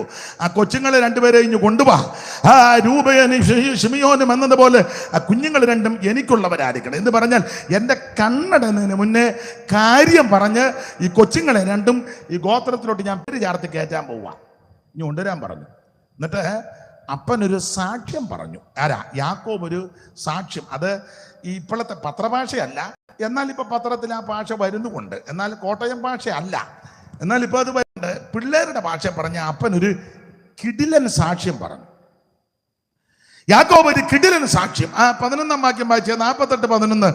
അപ്പച്ചന്റെ കിടിലൻ സാക്ഷ്യം വായിച്ചേ. ഇസ്രായേൽ യോസഫിനോട് നിന്റെ മുഖം കാണുമെന്ന് ഞാൻ വിചാരിച്ചിരുന്നു. യാക്കോബ് തന്റെ മകനാകുന്ന യോസേപ്പിനോട് പറയാം, അല്ലയോ മകനെ യോസേപ്പ്, നിന്റെ മുഖം കാണുമെന്ന് പോലും ഞാൻ വിചാരിച്ചിരുന്നു എന്ന് പറഞ്ഞാൽ നീ നശിച്ചു പോകുന്നു, നീ മുടിഞ്ഞു പോകുന്നു, നീ തകർന്നു പോകുന്നു, നീ ഇനി ആമ രക്ഷപ്പെടുകയില്ലെന്നും വരത്തില്ലെന്നും, നിന്നെ ഒരു കാട്ടുമൃഗം, ഒരു വന്യമൃഗം അവൻ കടിച്ചു കീറി നിന്നെ കൊന്നെന്ന് ഇവന്മാരെല്ലാം കൂടെ ചേർന്ന് സംഘം ചേർന്ന് പക്ഷം പിടിച്ച് അവൻ എന്റെ അടുക്ക വന്ന് പറഞ്ഞൊരു ദിവസമുണ്ട്. അപ്പച്ചാ യോസേപ്പിന് എഴുന്നേക്കത്തില്ല, യോസേപ്പ് വരത്തില്ല, യോസേപ്പിനെ പ്രതീക്ഷിക്കണ്ട, യോസേപ്പിന് കാണത്തില്ല. വേണ്ട, ഈ തുണി കണ്ടോ, അപ്പച്ചൻ കൊടുത്ത തുണി, ഇതിൽ കിടന്ന ചോരയെല്ലാം കണ്ടോ, തെളിവ്. തെളിവ് ഇതാ അപ്പച്ചാ തെളിവ്. ഇന്നത്തെ പരിശോധനാ മാർഗം ഒന്നും അന്നില്ലല്ലോ. ചുമന്ന ഇത് കണ്ടപ്പോ അപ്പനോർത്ത് യോസേപ്പിന്റെ ചോരയാന്ന്. ഇന്നത്തെ പരിശോധനയായിരുന്നു അറിഞ്ഞാനും. യോസേപ്പിന്റെ ചോരയാന്നും പറഞ്ഞ് അപ്പനെ തുണിയെല്ലാം കൂടെ നോക്കിയപ്പോ തുണിയിലെ ഉമ്മയും വെച്ച് ഉമ്മാരെ അത്രയും ഒപ്പിച്ചു വെച്ചത്. സ്തോത്രം. ഇനി യോസേപ്പ് ഇല്ലെന്ന്. സ്തോത്രം. ഇനി അതിന് മറുവശമുണ്ട്. അപ്പനെ ഇത് ഒപ്പിക്കാൻ അപ്പന് അത്ര കുറഞ്ഞ ആളൊന്നും യോടി എൻ്റെ പൊന്നച്ചോ. ഈ നിങ്ങൾ ആ പുസ്തകം പഠിക്കുമ്പോൾ അറിയാം, ഈ യോസേപ്പിന്റെ അങ്കി, അപ്പം കൊടുത്ത അങ്കിയില് ഇവര് ചോര പെരട്ടി. എന്തോ ചോരയാ?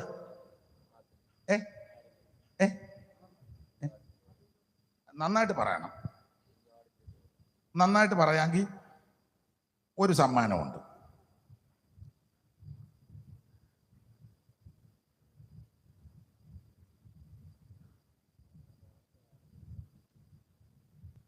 അവിടെ എഴുതിയിരിക്കുന്നത്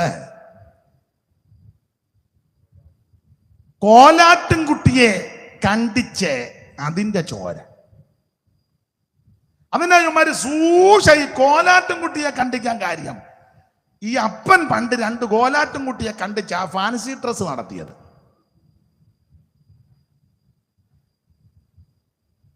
അപ്പൻ 2 കോലാട്ടുംകുട്ടിയെ കണ്ടിച്ചപ്പോൾ കൊച്ചുങ്ങളെല്ലാം കൂടെ ഒരെണ്ണത്തിനെ കണ്ടിച്ചു. ഞാൻ ഇടയ്ക്ക് കയറി പറഞ്ഞതേ ഉള്ളു. അതിലെ ഈ ചോര തുണിയെ പെരട്ടി അപ്പൻ്റെ കയ്യിൽ കൊടുത്തു. അപ്പം വിശ്വസിച്ചു, അയ്യോടി എൻ്റെ കൊച്ചൻ ചത്തുപോയി, ഇനിയിപ്പം രക്ഷയില്ല. പുള്ളി പറഞ്ഞ എൻ്റെ നരയ ദുഃഖത്തോടെ.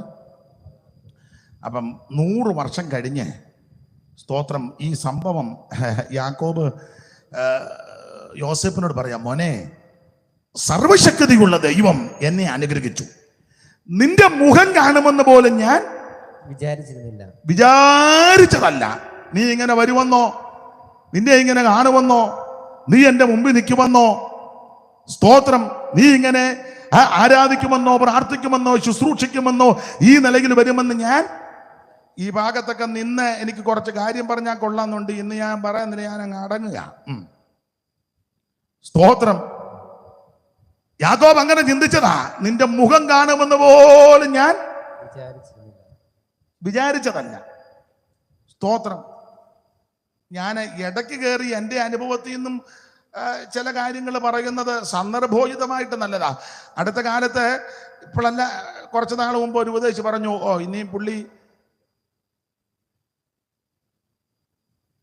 സ്തോത്രം, പക്ഷെ ദൈവം വിശ്വസ്തൻ. അതാ ഇവിടെ പറഞ്ഞത്, നിന്റെ മുഖം കാണുമെന്ന് പോലും ഞാൻ വിചാരിച്ചതല്ല. അടുത്ത വാക്യം, എന്നാൽ നിന്റെ സന്തതിയെയും കാണുവാൻ, എന്നാൽ നിന്റെ സന്തതിയും കൂടെ കാണുവാൻ ദൈവം എനിക്ക് സംഗതി വരുത്തി. ഈ സാക്ഷ്യം പറയാൻ കഴിവുള്ള അനേകർ എന്നെ കേൾക്കുന്നുണ്ട്. അവൻ പുറകോട്ടൊന്ന് നോക്കിക്കേ, പുറകോട്ട് ചിന്തിച്ച്, അവൻ ഇന്ന് രാത്രി ഇവിടെ ആയുസോടിരിക്കുമെന്ന് നീ ചിന്തിച്ചതല്ല. മാറാരോഗം നിന്നെ പിടികൂടിയ രംഗമുണ്ട്. ആശുപത്രിയിൽ നിന്ന് ഉപേക്ഷിക്കപ്പെട്ട പല വ്യക്തികളുണ്ട്. അവൻ മരണത്തെ മുഖാമുഖമായി കണ്ടവരുണ്ട്. അവൻ ഡോക്ടർമാര് വിധി എഴുതിയതാ, ഇനി അധിക നാൾ ആയുസില്ല. പക്ഷേ സർവജ്ഞനായ ദൈവം, സൗഖ്യമാക്കുന്ന ദൈവം, വിടുവിക്കുന്ന ദൈവം, ഉദ്ധരിക്കുന്ന ദൈവം, രക്ഷിക്കുന്ന ദൈവം, സമാധാനം തരുന്ന ദൈവം, ആശ്വാസം തരുന്ന ദൈവം ഇന്ന് രാത്രിയും ആയുസോട് ഇരിക്കുവാൻ ദൈവം ചെയ്ത കൃപയോർത്ത് കയ്യും കെട്ടി വായും പൂട്ടി മസിൽ പിടിച്ചിരിക്കാറ് നന്ദി നിറഞ്ഞ ഹൃദയത്തോടെ ദൈവത്തിന് സ്തോത്രം ചെയ്യ്. യഹോവയ്ക്ക് സ്തോത്രം ചെയ്യുവീൻ, അവൻ നല്ലവനല്ലോ, അവന്റെ ദയ എന്നേക്കുമുള്ളത്. ഏകനായി മഹാത്ഭുതങ്ങളെ പ്രവർത്തിക്കുന്നവൻ അവൻ നല്ലവനല്ലോ, അവന്റെ ദയ എന്നേക്കുമുള്ളത്. നമ്മുടെ നാഴ്ചകൾ നമ്മെ ഓർത്തവൻ അവിടുന്ന് നല്ലവനല്ലോ, അവിടുത്തെ ദയ എന്നേക്കുമുള്ളത്. സകല ജഡത്തിനും ആഹാരം കൊടുക്കുന്നവൻ അവൻ നല്ലവനല്ലോ, അവന്റെ ദയ എന്നേക്കുമുള്ളത്. ദൈവത്തിന് സ്തോത്രം ചെയ്യുവീൻ, അവൻ നല്ലവനല്ലോ, അവിടുത്തെ ദയ എന്നേക്കുമുള്ളത്. ഇന്ന് രാത്രി സഹോദര, സ്നേഹിത, മാതാവേ, പിതാവേ, ആക്കമുണ്ടെങ്കിൽ കയ്യും കെട്ടി വായും പൂട്ടി മസിലി പിടിച്ച് മൗനമായിട്ടിരിക്കാതെ ഇന്ന് രാത്രി ദാവീദ് പറഞ്ഞതുപോലെ ഞാൻ എന്റെ ശബ്ദമുയർത്തി എന്റെ ദൈവത്തോട് ഉറക്കെ വിളിക്ക്, അടങ്ങിയിരിക്കരുത്. കാകളം പോലെ ശബ്ദമുയർത്തി ദൈവത്തിന് മഹത്വം കൊടുക്ക. ഹല്ലേലൂയ. യാക്കോബ് പറയാ, നിന്റെ മുഖം കാണുമെന്ന പോലെ കരുതിയതല്ല, പക്ഷെ എന്റെ ദൈവം അത്ര വിശ്വസ്തൻ. നിന്നെ മാത്രമാണോ, നിന്റെ സന്തതിയും കൂടെ കാണുവാൻ എന്റെ ദൈവം എനിക്ക് ഭാഗ്യം നൽകി. ഞാൻ എപ്പോഴും ദൈവദാസന്മാരോടൊക്കെ പറയും, മക്കളെ കാണുന്നത് ഒരു ഭാഗ്യമാ, സ്തോത്രം ചെയ്തോണം. കൊച്ചുമക്കളെ കാണുന്ന കുറച്ചുകൂടെ ഭാഗ്യമാ. എന്റെ അഭിപ്രായം പറയാം, മക്കളുള്ളവര് സ്തോത്രം പറയുന്നതിലും ഏറെ സ്തോത്രം കൊച്ചുമക്കളുള്ളവര് പറയണം. പിന്നെ കൊച്ചുമക്കളൊക്കെ ഉള്ളതൊരു വലിയ ഭാഗ്യമല്ലേ. അപ്പച്ചൻ്റെ ചെവി പിടിച്ച് കൊച്ചൻ ഞാലുകയും മുടി പിടിച്ച് വലിക്കുകയും അപ്പച്ചൻ്റെ മീശയെ പിടിച്ച് വലിക്കുക, അതൊക്കെ ഒരു ഭാഗ്യമാണ്. എൻ്റെ ഭാഷയെ ഭാഗ്യമൊന്നും പറയാതിരിക്കുന്നതാ. മക്കളെ കാണുന്നതും കൊച്ചുമക്കളെ കാണുന്ന ഒരു ഭാഗ്യമാണ്. യോസേപ്പിന്റെ മകനാകുന്ന മനശ്ശയുടെ മകനാകുന്ന മാഗീരിന്റെ മക്കള് യോസേപ്പിന്റെ മടി വളർന്നെന്നാണ്. അങ്ങനെ ആ പുസ്തകത്തിൽ വാക്യം. അതൊക്കെ ഒരു വലിയ ഭാഗ്യമാണ്. ആരോട് പറയാൻ? ഭാഗ്യം, നല്ല ഭാഗ്യമാണ്. സ്തോത്രം. ഭയങ്കര സാക്ഷ്യമാണ് പറഞ്ഞത്. ചുരുക്കി പറഞ്ഞാൽ ഇങ്ങനെ പിള്ളേരെ കൊണ്ടുവന്ന് യാക്കോബ് കൈ പണച്ചു വെച്ച് അനുഗ്രഹിച്ചു. അങ്ങനെ വലങ്കൈ എബ്രഹീമിന്റെ തലയിൽ വെച്ച് യോസേപ്പ് പിള്ളേരെ അനുഗ്രഹിച്ചു. ആ എബ്രഹീമിനെ പറ്റിയാണ് ഹോശിയ പ്രവചനത്തിൽ പ്രതിപാദ്യ വിഷയം. ഇനി ഓടിച്ചങ്ങ് പോകാം. ആ ഹോശിയ പ്രവചനത്തിലെ പ്രതിപാദ്യ വിഷയം എബ്രഹീം എന്ന ഗോത്രത്തെ പറ്റിയ 2:14 വിസ്തരിക്കുന്നില്ല, പറയുക, അതുകൊണ്ട് ഞാൻ അവളെ വശീകരിച്ച് മരുഭൂമികൾ കൊണ്ടുവന്ന് അവളോട് ഹൃദ്യമായി സംസാരിക്കും. ഇന്ന് രാത്രി കമ്പിവാചകം പോലെ ചില കാര്യങ്ങൾ പറയാ. അവൻ നിന്നോട് സംസാരിക്കുന്ന ഒരു ദൈവമുണ്ട്, നിന്നോട് ഇടപെടുന്ന ഒരു ദൈവമുണ്ട്. എവിടെ? മരുഭൂമികൾ കൊണ്ടുവന്ന് നിന്നോട് സംസാരിക്കും. ഇനി ഓടിച്ച് ചില കാര്യങ്ങൾ പറയാ. അവൻ ഇന്ന് രാത്രിയിൽ നമ്മൾ അല്പസമയം കൊണ്ട് ചിന്തിക്കാൻ പോകുന്ന വിഷയം മരുഭൂമിയിൽ എന്തൊക്കെ ഉണ്ടെന്നാ. അവൻ യിരെമ്യാ പ്രവചനം 31-ാം അധ്യായത്തിന്റെ 2-ാമത്തെ വാക്യത്തിൽ കാണുന്നത് മരുഭൂമിയിൽ കൃപ കണ്ടെത്തി എന്നാണ്. വാളിന് തെറ്റിപ്പോയവരെ പറ്റി അടുത്ത വാക്യം പറയുക, അവര് മരുഭൂമിയിൽ കൃപ കണ്ടെത്തി. ദൈവത്തിന്റെ മഹത്വം. എന്താണ് ഈ മരുഭൂമി? ഓടിച്ച് പറയാ. മരുഭൂമി എന്ന് പറഞ്ഞാൽ നമ്മുടെ വിഷയത്തോട് ബന്ധപ്പെട്ട് പഠിക്കുക. എന്താണ് മരുഭൂമി? ഒറ്റ വാക്കി പറയാ, പുതിയ നിയമ ഉപദേശത്തോട് ചേർത്ത് പറയാ. മരുഭൂമി എന്ന് പറഞ്ഞാൽ ദൈവസഭയായിട്ടും ചിത്രീകരിക്കാം. കാരണം അപ്പോസ്തലപ്രവൃത്തി 7-ാം അധ്യായത്തിൽ നമ്മൾ വായിക്കുന്നത്, ആമേൻ, സീനായി മലയിൽ തന്നോട് സംസാരിച്ച ദൂതനോടും നമ്മുടെ പിതാക്കന്മാരോടും കൂടെ മരുഭൂമിയിലെ സഭയിലിരുന്നവൻ. അപ്പോൾ ഈ വാക്യവും കൂടെ ചേർത്ത് പഠിച്ചാൽ മരുഭൂമി എന്ന് പറഞ്ഞാൽ ദൈവത്തിന്റെ സഭയാണ്. ഇന്ന് രാത്രിയിലെ വിഷയമെന്ന ഈ മരുഭൂമിയിൽ എന്തൊക്കെ ഉണ്ടെന്നാ. ഈ മരുഭൂമിയിൽ എന്തൊക്കെ ഉണ്ടെന്ന് അറിഞ്ഞിട്ട് മരുഭൂമിക്കൂടി യാത്ര ചെയ്താൽ ഈ യാത്ര ആനന്ദത്തിന്റെ യാത്രയാ. ഒന്നും അറിയാൻ മേലാണെന്ന് ഈ യാത്ര ചെയ്യും വല്ലതും എന്തെങ്കിലും സംഭവിച്ചാൽ തകർന്നും പോകും. പണ്ടൊരു യോഗത്തിന് പ്രസംഗിച്ചു കഴിഞ്ഞപ്പോൾ 2 അപ്പച്ചന്മാർ സംസാരിക്കുക. പ്രായമുള്ള അപ്പന്മാരാ. രണ്ടും പ്രായമുള്ളവരും ഒരാൾ പഴയ വിശ്വാസി, ഒരാൾ പുതുതായിട്ട് വന്നതാ. അപ്പൊ പുതുതായിട്ട് വന്നയാൾ പഴയ ആളിനോട് പറയാ, ചാക്കോച്ച, പെന്തിക്കോസ് വന്നപ്പോഴാ ഇത് ഉണ്ടെന്നറിഞ്ഞ്. എന്നതാണെന്നറിയാൻ മേലെ എന്തോ വിഷയമാണ്. അപ്പൊ പഴയ ആളിനോട് പുതിയ ആള് പറയാ, ചാക്കോച്ച, പെന്തിക്കോസ് വന്നപ്പോഴാ ഇത് ഉണ്ടെന്ന് അറിഞ്ഞ്. അപ്പൊ പഴയ വിശ്വാസി ഒരു ഊറിയ ചിരി ചിരിച്ചേച്ച് പുതിയ വിശ്വാസി പറഞ്ഞു, കീവറീച്ച, ഇതെല്ലാം ഉണ്ടെന്നറിഞ്ഞുകൊണ്ടാ ഞാൻ ഇതിനകത്ത് നിൽക്കുന്നത് എന്ന് പറഞ്ഞാൽ പുതിയ ആളിന് എന്തൊക്കെ ഉണ്ടെന്ന് അറിയത്തില്ല. അപ്പോൾ ഏതോ വിഷയം വന്നപ്പം ആ മനുഷ്യൻ ആകെ തളർന്നു. എന്നാൽ പഴയ ആളിനറിയാം ഇതിനകത്ത് എന്തെല്ലാം ഉണ്ട്. ആ ഉള്ള ഏതോ ഒരു വിഷയം വന്നപ്പോൾ പുള്ളി ചഞ്ചലിച്ചില്ല. പുള്ളി പറഞ്ഞ്, കീവറീച്ച, ഇതെല്ലാം ഉണ്ടെന്നറിഞ്ഞുകൊണ്ടാ ഞാൻ ഇതിനകത്ത് നിൽക്കുന്നത്. നമുക്ക് ആ വിഷയം വിട്ട ആശയം ഇതാ, ഈ മരുഭൂമിയിൽ എന്തൊക്കെ ഉണ്ടെന്നറിഞ്ഞിട്ട് നീ യാത്ര ചെയ്താൽ ഈ യാത്രയിൽ നീ ക്ഷീണിക്കത്തില്ല, ഈ യാത്രയിൽ നീ തളർന്നു പോകത്തില്ല, പിന്മാറത്തില്ല, പതറത്തില്ല, ചഞ്ചലിക്കത്തില്ല. അതുകൊണ്ട് ഇന്ന് രാത്രി കമ്പിവാചകം പോലെ നമുക്ക് ചിന്തിക്കാം മരുഭൂമിയിൽ എന്തുണ്ടെന്ന്. ഞാൻ വാക്യങ്ങൾ ആദ്യം പറയാം. എടുത്തു വെച്ചേച്ച് അല്ലെ താള് മറിച്ച് വരുമ്പോൾ സമയം പോകുമല്ലോ. ഞാൻ ആദ്യം വാക്യം പറയാം, അത് എടുത്തു വെച്ച് ക്രമത്താലെ വായിക്കണം. ഒക്കുന്നിടത്തോളം നമുക്ക് സംസാരിക്കാം, ഇല്ലെങ്കിൽ ബാക്കി പിന്നീട് ഒരു അവസരമാകട്ടെ. മരുഭൂമിയിൽ എന്തുണ്ട്, അതാ നമ്മുടെ വിഷയം. ഉൽപ്പത്തി പുസ്തകം 21:14 വായിക്കണം. പിന്നെ അതിൻ്റെ 19, പുറപ്പാട് 3:1-2, പുറപ്പാട് 5:1-2, പിന്നെ പുറപ്പാട് 15 22 മുതൽ 27 വരെ വായിക്കണം. പിന്നെ പുറപ്പാട് 16:31, പിന്നെ മത്തായി 4:1, 3:1, മർക്കോസ് 1:2, 3, 29 സങ്കീർത്തനം 8-9 വാക്യം. ബാക്കി ഞാൻ പിന്നെ പറയാം. ആദ്യം ഉൽപ്പത്തി 21:14 വായിച്ചേ. ഇന്ന് രാത്രിയിലെ വിഷയം മരുഭൂമിയിൽ എന്തൊക്കെ ഉണ്ടെന്നാ. ഉൽപ്പത്തി 21:14 പെട്ടെന്ന് വായിച്ചാട്ടെ. പെട്ടെന്ന് 21:14. അബ്രഹാം അധികാലത്ത് എഴുന്നേറ്റ് അപ്പവും ഒരു തുരുത്തി വെള്ളവും എടുത്ത് ഹാഗാന്റെ തോളിൽ വെച്ച് കുട്ടിയെ കൊടുത്തവളെ അയച്ചു. അടുത്ത വാക്യം, അവൾ പുറപ്പെട്ട് ബേർശേബ മരുഭൂമിയിൽ ഉഴന്നു നടന്നു. ഇന്ന് രാത്രി ശ്രദ്ധിക്കുക, ബേർശേബ മരുഭൂമിയിൽ തന്റെ തലമുറയാകുന്ന ഇശ്മയേലിന്റെ കൈക്ക് പിടിച്ച് ഭാരത്തോടെ യാത്ര ചെയ്യുന്ന ഒരു സഹോദരി. നമ്മുടെ വിഷയം മരുഭൂമിയിൽ എന്തുണ്ടെന്നുള്ളതാ. എന്താ മരുഭൂമി? അത് ദൈവസഭ. ഏതാ സഭ? അത് സത്യസഭ. ഏതാ സത്യസഭ? അത് ഇന്നലെ ഞാൻ ചെറുതായിട്ട് സൂചിപ്പിച്ചു. ഓരോ സഭക്കാരും പറയുന്നത് ശരിയായ സഭ അവരുടെ സഭയാണ്. നമ്മളെല്ലാവരും അങ്ങനെ അവനോൻ ഉൾപ്പെട്ട് നിൽക്കുന്ന സഭയാണ് ശരിയായ സഭ. കത്തോലിക്കരായ സഹോദരന്മാർ പറഞ്ഞ ശരിയായ സഭ കത്തോലിക്ക സഭ, തിരുസഭ എന്നാ പറയുന്നത്. കത്തോലിക്കലൊന്നും പറയാല് തിരുസഭ.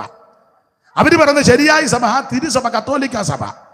നമ്മൾ പെന്തിക്കോസ്താ ശരിയായ സഭയെന്ന് പറഞ്ഞാൽ പാങ്ങിനാണ് നല്ല ബോർഡ് കിട്ടും. അവർ വേറെ ആരെയും അംഗീകരിക്കുന്നില്ല. അവർ പറയുന്നത് പോപ്പിന്റെ അധീനതയിൽ ലോകമെമ്പാടും വിശ്രുതമായി പരന്ന് പടർന്ന് പന്തലിച്ച് കിടക്കുന്ന ബൃഹത്തായ സ്ഥാപന ജംഗമ വസ്തുക്കൾ എണ്ണമെടുക്കാൻ പറ്റാത്ത വിധത്തിൽ ഇങ്ങനെ പടർന്നു കിടക്കുന്ന സഭ ശരിയായ സഭ കത്തോലിക്ക സഭയാണെന്ന് അവർ പറയുന്നത്. അപ്പൊ അവരെ കണ്ണിച്ചുകൊണ്ട് ഓർത്തഡോക്സ് യാക്കോബ വിഭാഗങ്ങളൊക്കെ തർക്കമുണ്ടെങ്കിലും അവർ പറഞ്ഞ പാരമ്പര്യ സഭ അവര് അന്ത്യോക്യ സിംഹാസനം. പത്രോസിന് അന്ത്യോക്യയിൽ സിംഹാസനം ഉണ്ടായിരുന്നെന്നും ആ സിംഹാസനത്തെ തുടർച്ചയാ. പത്രോസിനും പൗലോസിനും ഒന്നും കൊരണ്ടി പോലും ഇല്ലായിരുന്നു. പിന്നെ എന്നെ പൊട്ടത്തരവൊക്കെ വിളിച്ച് പറയുന്നത്. അന്ത്യോക്യ സിംഹാസനം.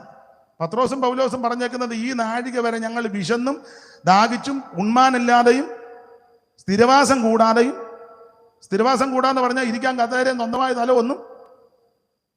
അന്നേരം പറയാം അന്ത്യോക്യ സിംഹാസനം ഉണ്ടായിരുന്നെന്ന്. ചുമ്മാ ഊളത്തരവെല്ലാം പറഞ്ഞു. ഇത് പേപ്പട്ടിയെ ഓടിക്കുമ്പോൾ ഇതുങ്ങളെ ഓടിച്ചോണ്ടിരുന്നത്. അന്നേരം എവിടെ സിംഹാസനം ഇട്ട്? അപ്പൊ അവര് പറയുന്നത് ശരിയായ സഭ ഞങ്ങളുടെ സഭയാണ്. യാക്കോബ ഓർത്തഡോക്സ് വിഭാഗങ്ങൾ പറയുന്നത് പാരമ്പര്യ സഭ, അവരാ ശരിയായ സഭ എന്നാ. അപ്പൊ അവരെ കണ്ണിച്ചുകൊണ്ട് വേറെ ഒത്തിരി ആൾക്കാരുണ്ട്. അവിടെ കോട്ടയം സൈഡിലെ, കോട്ടയം റാന്നി സൈഡിലൊക്കെ ഉണ്ട്. അവർ പറയുന്നത് ശരിയായ സഭ ഞങ്ങളുടെ കനാനായ സഭയാണ്. അത് സിറിയയിലെ ഉറഹായി എന്നവർ വന്നെന്ന കനായിത്തൊമ്മന്റെ നേതൃത്വത്തിൽ വള്ളത്തെ കപ്പലായിക്കോട്ടെ, കപ്പലിൽ 345 വന്നെന്ന അവർ സിറിയയിലെ ഉറഹായിൽ നിന്ന് എഡേസ തുറമുഖത്തിൽ നിന്ന് 7 ഇല്ലക്കാര് 70 കുടുംബക്കാര് കപ്പലെ വന്നെന്ന കൊടുങ്ങല്ലൂർ വന്ന് ഇറങ്ങി. അത് കേരളത്തിലെ ക്രൈസ്തവരെല്ലാം അതപ്പതിച്ച് കിടക്കുകയായിരുന്നു. അവരെ എഴുന്നേൽപ്പിക്കാനും ഉണർത്താൻ അവരെ തോമാച്ചന്റെ നേതൃത്വത്തിൽ നിങ്ങൾ കേട്ടിട്ടില്ലേ? അവർക്ക് കല്യാണമൊക്കെ ഉണ്ട്. കല്യാണത്തിന് പാട്ടുമൊക്കെ അവർ പാടും. പഴയ പാട്ടാ. കപ്പൽ കയറി മലനാടു നോക്കി പുറപ്പെട്ടാറെ കൊടുങ്ങല്ലൂരങ്ങീതെ വന്നിറങ്ങി 7-4 വെടിയും വെച്ച് വെടിവെച്ചു ഗോപുരം തന്നെ.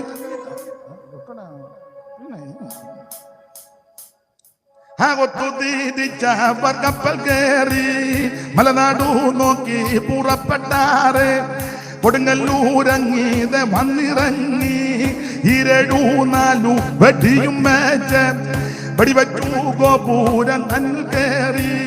ശിപ്പായിമാരവർ വിളികൊള്ളുന്നു പള്ളിത്തണ്ടിന്മേൽ കൊടിയും കൂത്തി. പിന്നെ ഒത്തിരി ഉണ്ട്. വെട്ടത്ത് മന്നൻ കൂടെയുണ്ട്, മന്നൻ കിനാനമൻ കൂടെയുണ്ട്, ഉറഹാമാർ കൂടെയുണ്ട്, കശീഷായുണ്ട് എന്നൊക്കെ ഉണ്ട്. അപ്പൊ ഇവര് പറയുന്നത് ശരിയായ സഭ അവരുടെ സഭയാണ്.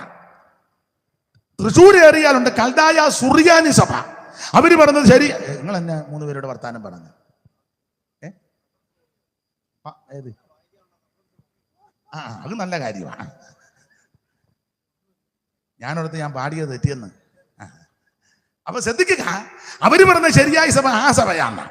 അപ്പൊ ഇവരെ കണ്ണിച്ചുകൊണ്ടാണ് മാർത്തോമക്കാർ വന്നിരിക്കുന്നത്. അവര് പറഞ്ഞ ശരിയായ സഭ മാർത്തോമ, തോമാശ്ലീഹായുടെ പാരമ്പര്യം അവകാശപ്പെട്ട 52 തോമാച്ചൻ കൊടുങ്ങല്ലൂരം കണ്ട് വന്നെന്ന 4 ബ്രാഹ്മണ കുടുംബത്തെ മുക്കി പോലും കള്ളി, കാളികാവ്, ശങ്കരപുരി, പകലോമറ്റം, എല്ലായിടത്തും പകലോമറ്റംകാരുണ്ട്. കള്ളിക്കാരെ ഇന്ന് വരെ കണ്ടിട്ടില്ല.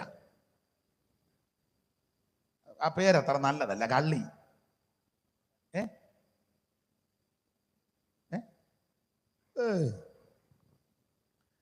അപ്പൊ അവര് പറയുന്നത് മാർത്തോമ സഭയാ ശരിയായ സഭയെന്ന. ഏബ്രഹാം മൽപ്പാന്റെ ഒക്കെ കാലത്ത് ഉണർവുണ്ടായി. സ്തോത്രം പാലാക്കുന്നത്ത് പ്രിയപ്പെട്ടവരെല്ലാം കൂടെ ചേർന്ന് പടുത്തുയർത്തിയ സഭ. കല്ലിശ്ശേരി മാളികയൊക്കെ ഉണ്ടല്ലോ, കടവിൽ മാളിക, അവിടെ ഇരുന്ന് പ്രാർത്ഥിച്ച് വിവരിക്കുന്നില്ല. അവര് പറഞ്ഞത് ശരിയായ സഭ മാർത്തോമ സഭയാണ്. അതിന് വാദഗതികളൊക്കെ ഉണ്ട്. ഇവരെ കണ്ണിച്ചുകൊണ്ട് ഇവാഞ്ചലിക്കാര് അതിൽ നിന്ന് പോന്ന ആൾക്കാരാ. അവര് പറഞ്ഞത് ശരിയായ സഭ ഇവാഞ്ചലിക്കലാണ്. അപ്പൊ ഇതിനൊക്കെ പ്രധാനപ്പെട്ട സഭയാ CMS, പണ്ട് CMS, ഇപ്പൊ CSI, ആംഗ്ലിക്കൻ സഭകള്. അവര് പറഞ്ഞത് ശരിയായ സഭ അവരുടെ സഭയാണെന്ന്. അപ്പൊ അവരെ കണ്ണിച്ചുകൊണ്ട് salvation army, soap soup salvation എന്ന ഒരു ചിന്ത. അവര് പറഞ്ഞത് ശരിയായ സഭ സാൽവേഷൻ ആർമി, രക്ഷാ സൈന്യം, വില്യം ബൂത്ത് നേതൃത്വം കൊടുത്ത് അനുഗ്രഹിക്കപ്പെട്ട സഭ. അവര് പറഞ്ഞത് ശരിയായ സഭ സാൽവേഷൻ ആർമി. ഇവരെ എല്ലാം കണ്ണിച്ചുകൊണ്ടാണ് ബ്രദറുകാർ രംഗത്ത് വന്നത്. നോയൽ സാഹിബും നാഗൽ സാഹിബിന്റെ ഒക്കെ കാലത്ത് അവർ പറഞ്ഞത് ബാസൽ മിഷൻകാരിടയ്ക്കുണ്ട്, തൃശ്ശൂരും കോഴിക്കോടും ഒക്കെ. അവർ പറഞ്ഞത് ശരിയായ സഭ ഇതാണെന്ന്. അപ്പോൾ ഈ ബ്രദറുകാർ പറയുന്നത് ഇതൊന്നും സഭയല്ല, ശരിയായ സഭ സഹോദര സഭ. അതാണ് അവർ പറയുന്നത്. ഒരു വാക്യം എടുത്താൽ 8ആയിട്ട് കീറി, ആ കീറിയ ഒന്നിനെ എടുത്ത് പിന്നെ 4ആയിട്ട് കീറി, 4ആയിട്ട് കീറിയതിനെ ഒന്നിനെടുത്ത് 7ആയിട്ട് കീറി, 7ആയിട്ട് കീറിയതിന്റെ ഒരു ചരടെടുത്ത് 3ആയിട്ട് മലത്തി.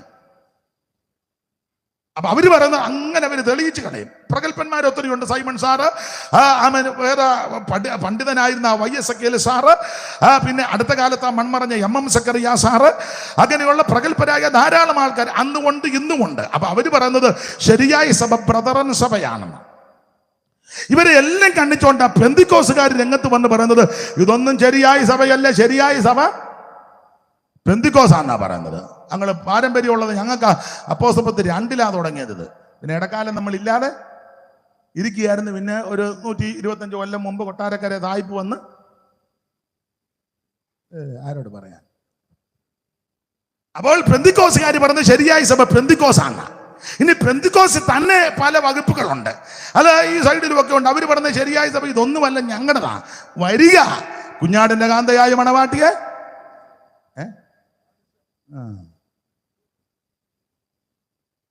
അപ്പൊ ഓരോ സഭക്കാരും ഓരോ സംഘടനക്കാരും അവരെ ഉൾപ്പെട്ട് നിൽക്കുന്നതാണ് ശരിയായ സഭ എന്ന. എന്നാൽ വിശുദ്ധ ബൈബിൾ എന്തോ പറയുന്നു, വായിപ്പിക്കാൻ നേരമല്ല. നിങ്ങൾക്കറിയാം ഏതാ സഭ, ഏതാ സത്യസഭ. ഒറ്റ വാക്കി പറയുക, ബിൽഡിംഗ് അല്ല സഭ.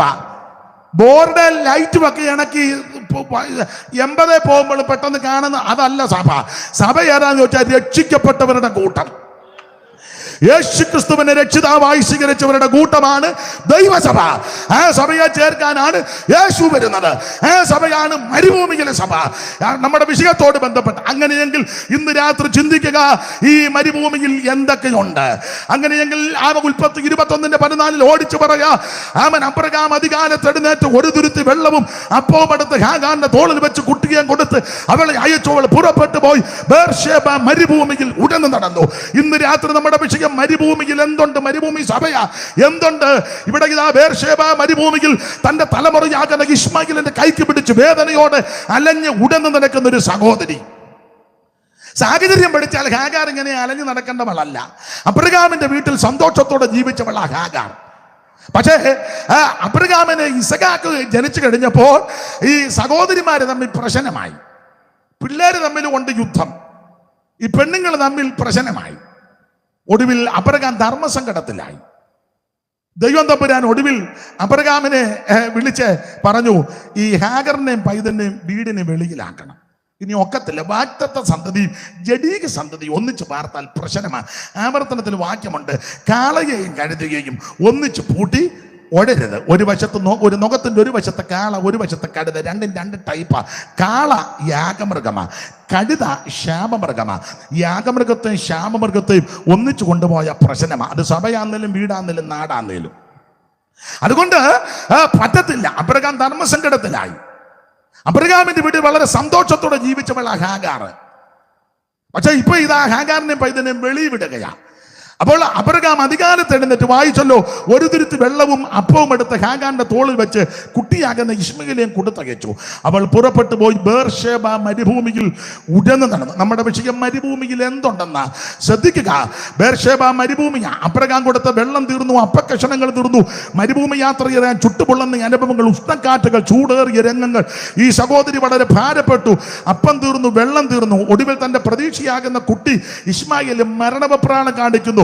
ഇതിന്റെ നടുവിൽ ഇവൾ ഭാരപ്പെട്ടപ്പോൾ അവൾ ആ കുട്ടിയുടെ മരിക്കുമെന്ന് ഉറപ്പായപ്പോൾ കുട്ടിയെ ഒരമ്പമ്പാട് ദൂരത്ത് കുറുങ്കാട്ടിൽ മാറ്റിക്കിട്ട് മാറി മരുഭൂമിയിൽ ഹാഗാർ ദൈവത്തോട് നിലവിളിച്ചു.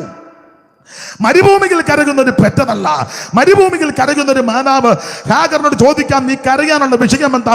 അവള് ഇങ്ങനെ വേണേ പറയും, ഞാൻ കരയാനുള്ള വിഷയം ഭർത്താവില്ലാത്തതോ ഭവനമില്ലാത്തതോ സമ്പത്തില്ലാത്തതല്ല എൻ്റെ വിഷയം. എൻ്റെ വിഷയം തലമുറകളുടെ വിടുതല. ഇന്ന് രാത്രി ഈ കൺവെൻഷനിൽ എന്നെ കേൾക്കുന്ന ആരെങ്കിലും തലമുറകളുടെ വിഷയങ്ങൾ ഓർത്ത് ഞരങ്ങുന്നെങ്കിൽ ഇന്ന് രാത്രി ദൈവം നിന്നോട് ദൂര് പറയുകയാ. അത് വചനത്തിൽ കൂടെ ദൂര് പറയുകയാ. ഈ തലമുറയെ ദൈവം തന്നതാണെങ്കിൽ അതിനെ ഉയർത്താൻ ദൈവം വിശ്വസ്തൻ. നിന്റെ തലമുറ അനുവദിക്കാൻ ദൈവം അനുവദിക്കത്തില്ല. നിന്റെ തലമുറ നശിച്ചു പോകാൻ ദൈവം അനുവദിക്കത്തില്ല. ഈ തിരുവചനം നമ്മെ പഠിപ്പിക്കുന്നത് മക്കൾ യഹോവ തരുന്ന അവകാശവും ഉദരബലം ദൈവം തരുന്ന പ്രതിഫലമാ. വീരന്റെ കയ്യിലെ അസ്ത്രം. അങ്ങനെ ആ യൗവനത്തിലെ മക്കൾ അവയെ കൊണ്ട് തന്നെ യാവനാടിക നിറച്ചിരിക്കുന്ന പുരുഷൻ ഭാഗ്യവാൻ. മരുഭൂമിയിൽ തലമുറയ്ക്ക് വേണ്ടി കരകുന്ന ഒരു സഹോദരി. അധികം വിവരിക്കുന്നില്ല. മരുഭൂമിയിൽ എന്തുണ്ട് അതാണല്ലോ നമ്മുടെ വിഷയം. മോനെ അതിന്റെ 19 വാക്യം വായിച്ച 21:19 എന്തുണ്ട്? ദൈവം അവളുടെ കണ്ണ് തുറന്നു, അവൾ ഒരു നീരുറവ് കണ്ടു. ദൈവം അവളുടെ കണ്ണ് തുറന്ന് അവൾ ഒരു നീരുറവ് കണ്ട് ചെന്ന് തുരുത്തിയിൽ വെള്ളം നിറച്ച് ബാലനെ കുടിപ്പിച്ച് ഓടിച്ച് പറയാം. മരുഭൂമിയിൽ എന്തുണ്ടെന്ന് ചോദിച്ചാൽ ഇന്ന് രാത്രി എന്നെ കേൾക്കുന്ന ദൈവമക്കളോട് ആൻസർ ആയിട്ട് പറയട്ടെ. കരകുന്ന, നിലവിളിക്കുന്ന, പ്രാർത്ഥിക്കുന്ന, ഭാരപ്പെടുന്ന ദൈവത്തിന്റെ പൈതലെ, ഒന്ന്, ഈ മരുഭൂമിയിൽ സർവശക്തനായ ദൈവത്തിന്റെ കരുതലുണ്ട്. നിനക്ക് വേണ്ടി കരുതുന്ന ഒരു ദൈവമുണ്ട്. നിന്റെ കുടുംബത്തിന് വേണ്ടി കരുതുന്ന ഒരു ദൈവമുണ്ട്. നിന്നെ പുലർത്തുന്ന ഒരു ദൈവമുണ്ട്. അതുകൊണ്ട് ഇന്ന് രാത്രി പാരമ്പര്യങ്ങളും ആചാരങ്ങളും അനുഷ്ഠാനങ്ങളും പൗരോഹിത്യവും അതേ നേരത്തെ ആചരിച്ച് അനുഷ്ഠിച്ച പലതും വിട്ട് സത്യദൈവത്തെ ഭജിക്കുവാൻ ഇറങ്ങിത്തിരിച്ച നിന്നോട് ഇന്ന് രാത്രി വചനത്തിൽ കൂടെ ദൂര് പറയുകയാ. നീ ചഞ്ചലിക്കരുത്, നിരാശപ്പെട്ടു പോകരുത്, പതറരുത്. ഈ മരുഭൂമിയിൽ ഒന്ന്, ദൈവത്തിന്റെ കരുതലുണ്ട്. നിനക്ക് വേണ്ടി കരുതുവാൻ, നിന്റെ കുടുംബത്തിന് വേണ്ടി കരുതുവാൻ, നിന്റെ തലമുറയ്ക്ക് വേണ്ടി കരുതുവാൻ ദൈവത്തിന്റെ കരുതലുണ്ട്. ഞാൻ എപ്പോഴും പറയും, ദൈവം തപ്പുരാൻ സകലതും കരുതി ഒരുക്കി വെച്ചാ നമ്മളെ വിളിച്ചിറക്കിയത്. നിനക്ക് ഒരു കുഴപ്പവും വരികയല്ല. അതുകൊണ്ട് പെന്തിക്കോസ് വന്നെന്നോർത്ത് ഭാരപ്പെടുകയൊന്നും ചെയ്യരുത്. ഞാൻ പെന്തിക്കോസ് വന്നിട്ട് 32 കൊല്ലം കഴിഞ്ഞ് ഇന്ന് വരെ തോന്നിയിട്ടില്ല വന്നത് മണ്ടത്തരമായിരുന്നു. ഇപ്പോഴും നിരാശയാ. നേരത്തെ വരാനൊക്കാഞ്ഞത് ഇന്ന് വരെ തോന്നിയിട്ടില്ല ഇത് അബദ്ധമായിരുന്നു. അത് തന്നെയല്ലേ പെന്തിക്കോസുകാരനാന്ന് പറയുന്നതിൽ ഞാൻ അഭിമാനിക്കുന്നയാളാ. പെന്തിക്കോസി വന്നത് കൊണ്ടാണ് ആ നന്മ വന്നത്. വേദപുസ്തകത്തിന്റെ വെളിച്ചത്തിൽ രക്ഷിക്കപ്പെട്ടു. പിന്നെ എന്റെ അനുഭവത്തിൽ അങ്ങ് പറയാ, ഈ മാർഗത്തിൽ വന്നതാ രക്ഷയായത്. സ്തോത്രം. ഈ മാർഗത്തിൽ വന്നതാ വിടുതൽ. നീ യേശുവിനെ അറിഞ്ഞതാ നിന്റെ വിടുതൽ. Price the Lord, price the Lord. അതുകൊണ്ട് ഞാൻ എൻ്റെ എളിയ സാക്ഷ്യം പറയാ, ഞാൻ പെന്തിക്കോസുകാരനാന്ന് പറയുന്നതിൽ അഭിമാനിക്കുന്നയാളാ. നിങ്ങളുടെ കാര്യം എങ്ങനെയാന്ന് വേണേ നിങ്ങളങ്ങ് പറഞ്ഞാൽ മതി. എനിക്ക് ഇന്ന് വരെ തോന്നിയിട്ടില്ല വന്നത് മണ്ടത്തരമായിരുന്നു. ഏറ്റവും ശ്രേഷ്ഠമാണ്. ദൈവത്തിന് മഹത്വം. കാരണം കൂടെ പറയാ, നിനക്ക് വേണ്ടി കരുതുന്ന ഒരു ദൈവമുണ്ട്. നിന്നെ പുലർത്തുന്ന ഒരു ദൈവമുണ്ട്. സകലത് ഒരുക്കി കരുതി വെച്ചാൽ ദൈവം നിന്നെ വിളിച്ചിറക്കിയത്. ചില ചോദിക്കുന്ന, പെന്തിക്കോസ് വന്ന എവിടെ അടക്കുന്നത്? നമ്മൾ ഉപദേശവും സാക്ഷ്യവും എല്ലാം പറയുമ്പോൾ അതൊക്കെ നിങ്ങളുടെ കൊട്ടും പാട്ടും പ്രാർത്ഥന എങ്ങാൻ കിട്ടാ. ക്ഷമതേരി ഉണ്ടോ? നീ എന്നെ യാകാൻ വരുവാന്നോ? ഞാനൊരു കാര്യം പറയാം, ഇട്ടോണ്ട് അംഗീകരിച്ചാ മതി. കൊണപ്പെട്ടവനെ അടക്കാൻ ചെമിത്തേരിയും കല്ലറയും ഒന്നും ഇല്ലെങ്കിലും 5 സെന്റ് സ്ഥലം ഉണ്ടോ? നിന്റെ മുറ്റത്തൊരു കുഴിയെടുത്തിട്ട് അതിലടക്കിയാൽ നീ കൊണപ്പെട്ടവനെ കാകളം ധ്വനിക്കുമ്പോൾ പുത്തൻ ശരീരത്തോടെ അവിടുന്ന് ഉയർത്തു വരും.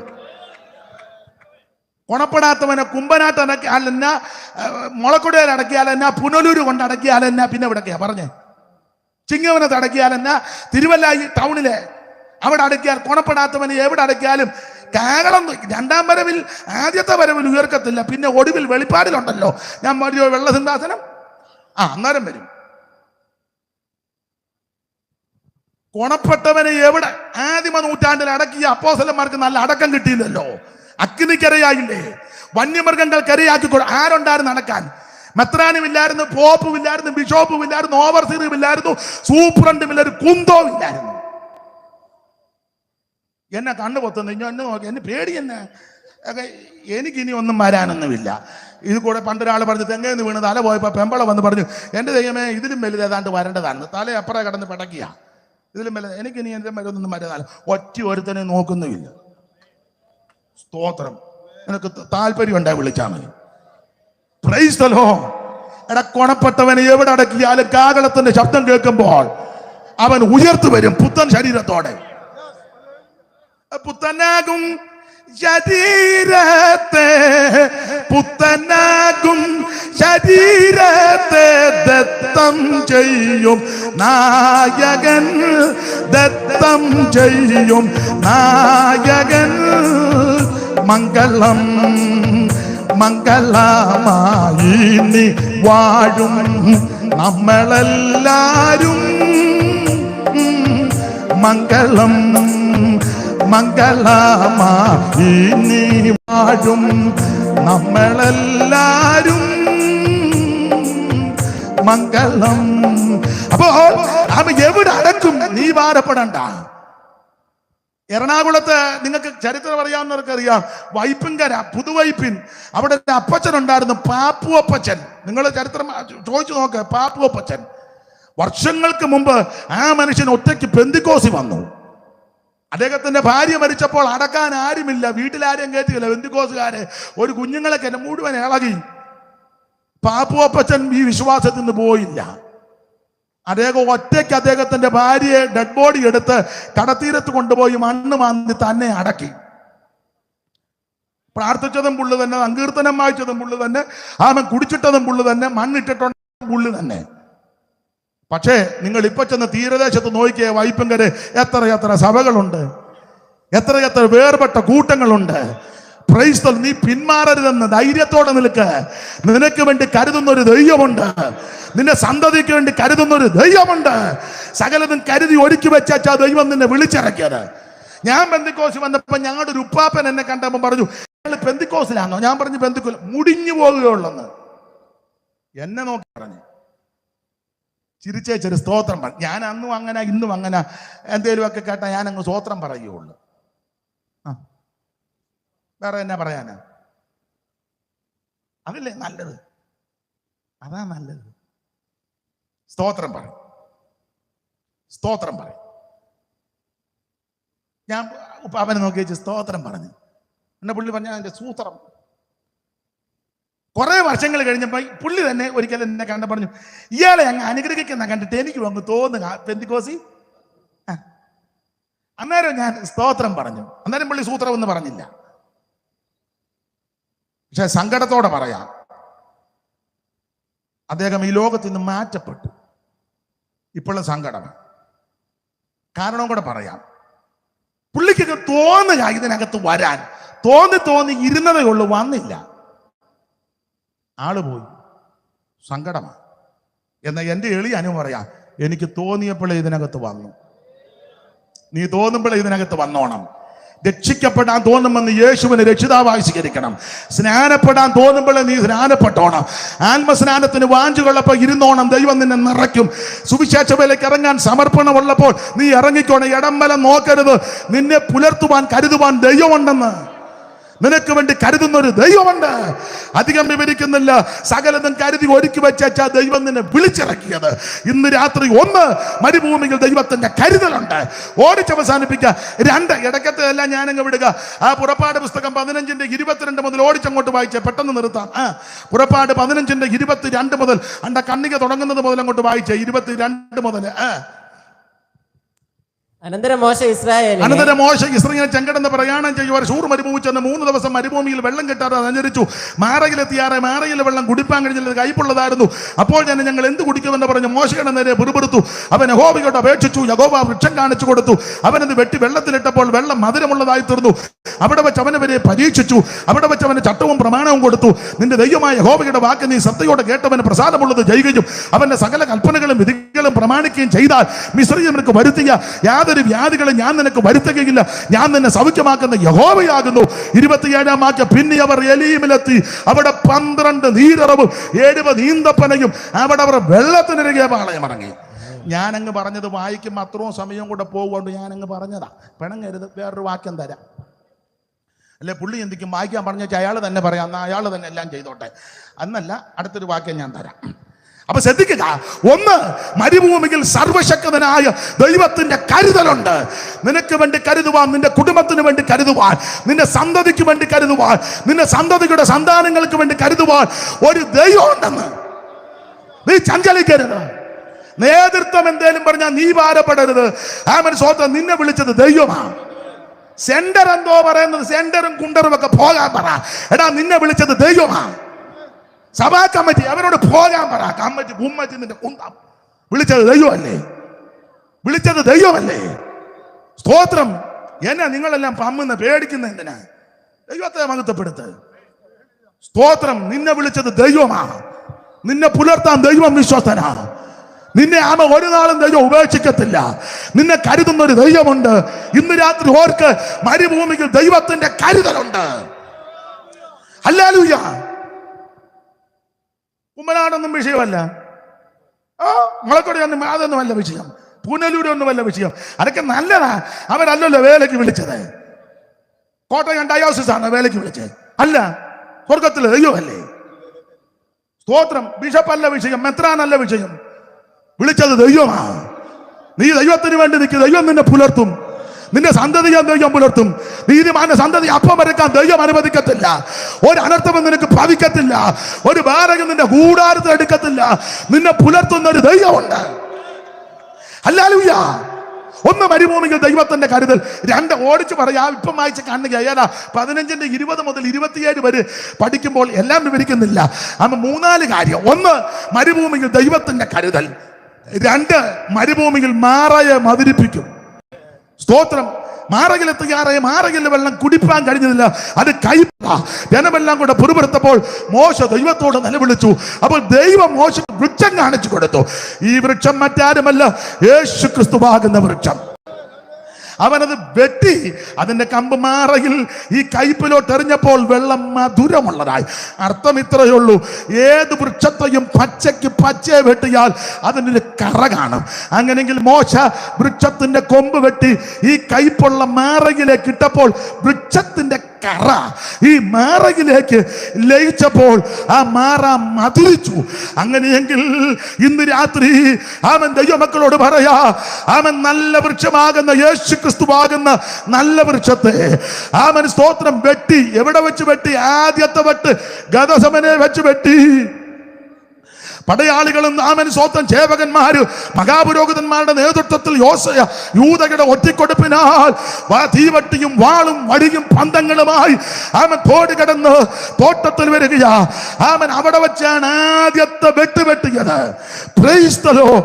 അവിടുന്ന് പ്രാർത്ഥിക്കുമ്പോൾ വിയർപ്പ് രക്തത്തുള്ളിയായി നിലത്ത് വീണു.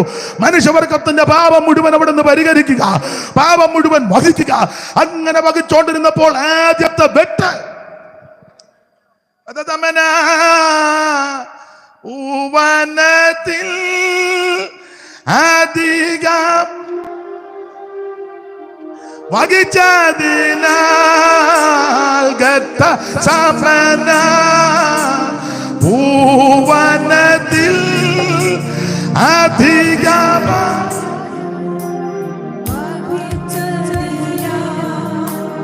അതിവ്യതയിൽ ആയിട്ടും താതനിഷ്ടം നടപ്പത്.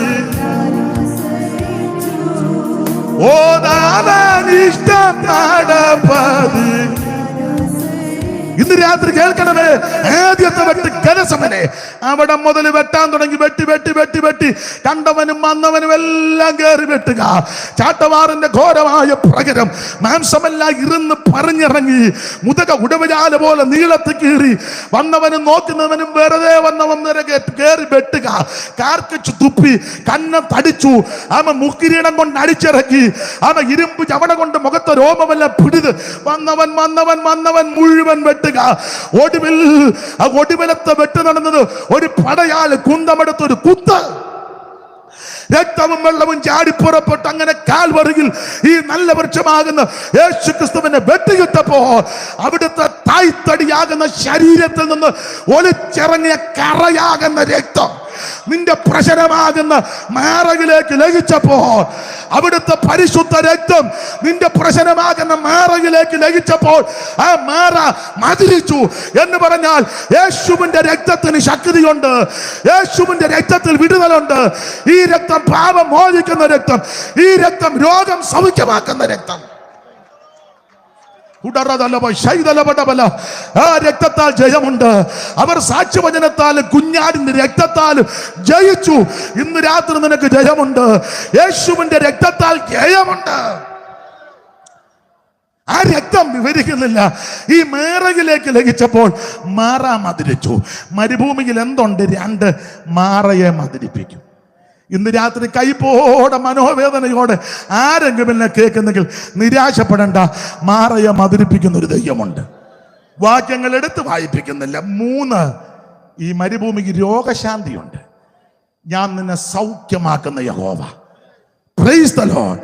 എല്ലാം വ്യാഖ്യാനിക്കുന്നില്ല. 4, 27 വാക്യം എലീമി കൊണ്ടുവന്നു സമൃദ്ധി. സ്തോത്രം. നിന്റെ ആവശ്യങ്ങളെല്ലാം നടത്തി തരാൻ ദൈവം വിശ്വസ്തനാണ്. 5 അതുകൂടെ പറഞ്ഞങ്ങ് നിർത്താം, അതിനെ നേരമുള്ളൂ. 5 മരുഭൂമിയിൽ എന്തുണ്ട്? മരുഭൂമിയിൽ മന്നായുണ്ട്. ആ പുറപ്പാട് 16:31 വായിച്ച് ഇന്ന് രാത്രിയിലെ മെസ്സേജ് നിർത്തുക. ബാക്കിയെല്ലാം ഇനി പിന്നീട് എന്തെങ്കിലും ഒക്കെ അന്നേ പറയാം. ഇല്ല തന്നെ പോയി വായിര്. പുറപ്പാട് 16:31. ഇസ്രായേലിയർ ആ സാധനത്തിന് മന്ന എന്ന് പേരിട്ടു. ഇസ്രായേലിന് ആ സാധനത്തിന് മന്ന എന്ന് പേരിട്ടു. അത് കൊത്തമ്പാലരി പോലെയും വെള്ള നിറമുള്ളതും തേൻ കൂട്ടിച്ചേർത്ത ദോശയോടത്ത് രുചിയുള്ള. ശ്രദ്ധിക്കണേ, മരുഭൂമിയിൽ എന്തുണ്ട്? 1 ദൈവത്തിന്റെ കരുതലുണ്ട്. 2 മാറായുണ്ട്, അതിന്റെ കൂടെ മധുരമുണ്ട്. 3 മരുഭൂമിയിൽ രോഗശാന്തിയുണ്ട്. 4 മരുഭൂമിയിൽ സമൃദ്ധിയുണ്ട്. 5 മരുഭൂമിയിൽ മന്നായുണ്ട്. അത് പറഞ്ഞ് ഇന്ന് അങ്ങ് നിർത്തുക. അതുകൊണ്ടാ പറഞ്ഞത് മരുഭൂമിയിൽ കൊണ്ടുവന്ന് നിന്നോട് സംസാരിക്കും. മരുഭൂമിയിൽ മന്നായുണ്ട്. എന്താ ഈ മന്ന? ഇസ്രായേൽ മക്കൾ ആ സാധനത്തിന് മന്ന എന്ന് പേരിട്ടു. അത് കൊത്തമ്പാലരി പോലെ നിറമുള്ളതും തേൻ കൂട്ടിയ ദോശയോടൊത്ത രുചി. തേൻ കൂട്ടിയ ദോശ. ഈ മന്ന അങ്ങോട്ട് പ്രാരംഭത്തിൽ ഭക്ഷിച്ചപ്പോൾ അതിന്റെ ടേസ്റ്റ് തേൻ ചേർത്ത ദോശ. ഞാൻ പറയാറുണ്ട്, ഈ പെന്തിക്കോസി വരുന്ന കാലത്തെ ടേസ്റ്റ് അങ്ങനെ. എല്ലാവരും വന്ന ടൈം ഒന്നോർത്തെ. പഴയ ആൾക്കാരൊക്കെ പഴയ ടൈം ഒന്നോർത്തെ. വന്ന സമയം അന്നത്തെ ആ പാട്ട്, പ്രാർത്ഥന, യോഗത്തിനുള്ള ഇരിപ്പ്, വരവ്, പോക്ക്, കയ്യടി, വീശി അടിക്കുന്ന കയ്യെ. ഇപ്പൊ പിന്നെ അങ്ങനെ ഒന്നും ഇല്ല. ഇപ്പൊ ഇങ്ങനെ ഇരിക്കുക. പണ്ട് നല്ല വീശിയ അവറാച്ചൻ ഇപ്പൊ ഇന്നാളൊരു തന്നെ ഇരിക്കുന്നുണ്ട്.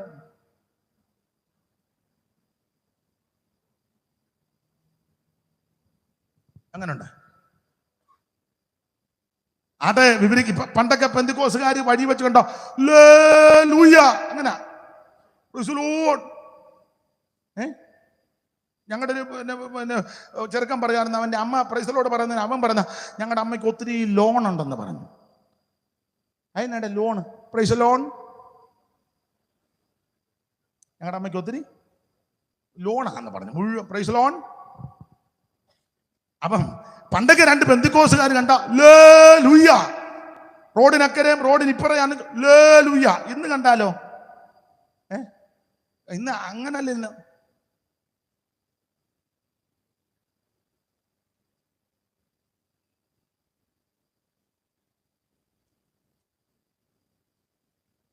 എല്ലാരും അങ്ങ് ചെറുതുരുത്തി നിന്ന് ഇറങ്ങി വന്നതാ. ചെറുതുരുത്തി തൃശ്ശൂരിനപ്പുറം കലാമണ്ഡലം, അവിടല്ലേ മുഴുവൻ ഇങ്ങനെ മുദ്ര. ഒരു കാര്യം പറയാ, ആ പണ്ടത്തെ തീക്ഷണതയൊക്കെ പോയി. പ്രാരംഭത്തിൽ തേൻ ചേർത്ത ദോശ, അന്നത്തെ പാട്ടുമൊക്കെ എന്തോന്നല്ല പാട്ടാ, എല്ലാം വിവരിക്കുന്നില്ല. തേൻ ചേർത്ത ദോശ. അല്ല, കൃപയിൽ വന്ന ഞാനൊരു കാര്യം പറയാ, ഈ മന്ന യേശു ക്രിസ്തുവിന് നടല. കാരണം പറയാ, ഈ മന്നയുടെ വിശേഷത മന്ന മുകളിൽ നിന്ന് വീണതാ. അങ്ങനാന്നുള്ള പുസ്തകത്തിലെ വാക്യം, അവൻ ആകാശത്ത് നിന്ന് അപ്പം വർഷിപ്പിച്ചെന്ന. ഈ മന്ന മുകളിൽ നിന്ന് വന്നതാ. മുകളിൽ നിന്ന് വന്ന ഒരുവനെയുള്ള നസറയനാകുന്ന യേശു. ബാക്കി സകല ആൾക്കാരും താഴെ നിന്ന് മേളിലോട്ട് പോകുകയും മേളിലോട്ട് പോകാനിരിക്കുമ്പോൾ മുകളിൽ നിന്നിറങ്ങി വന്ന ഒരുവനെയുള്ളൂ, അത് നസറയനാകുന്നു യേശു. അതാണ് മന്ന.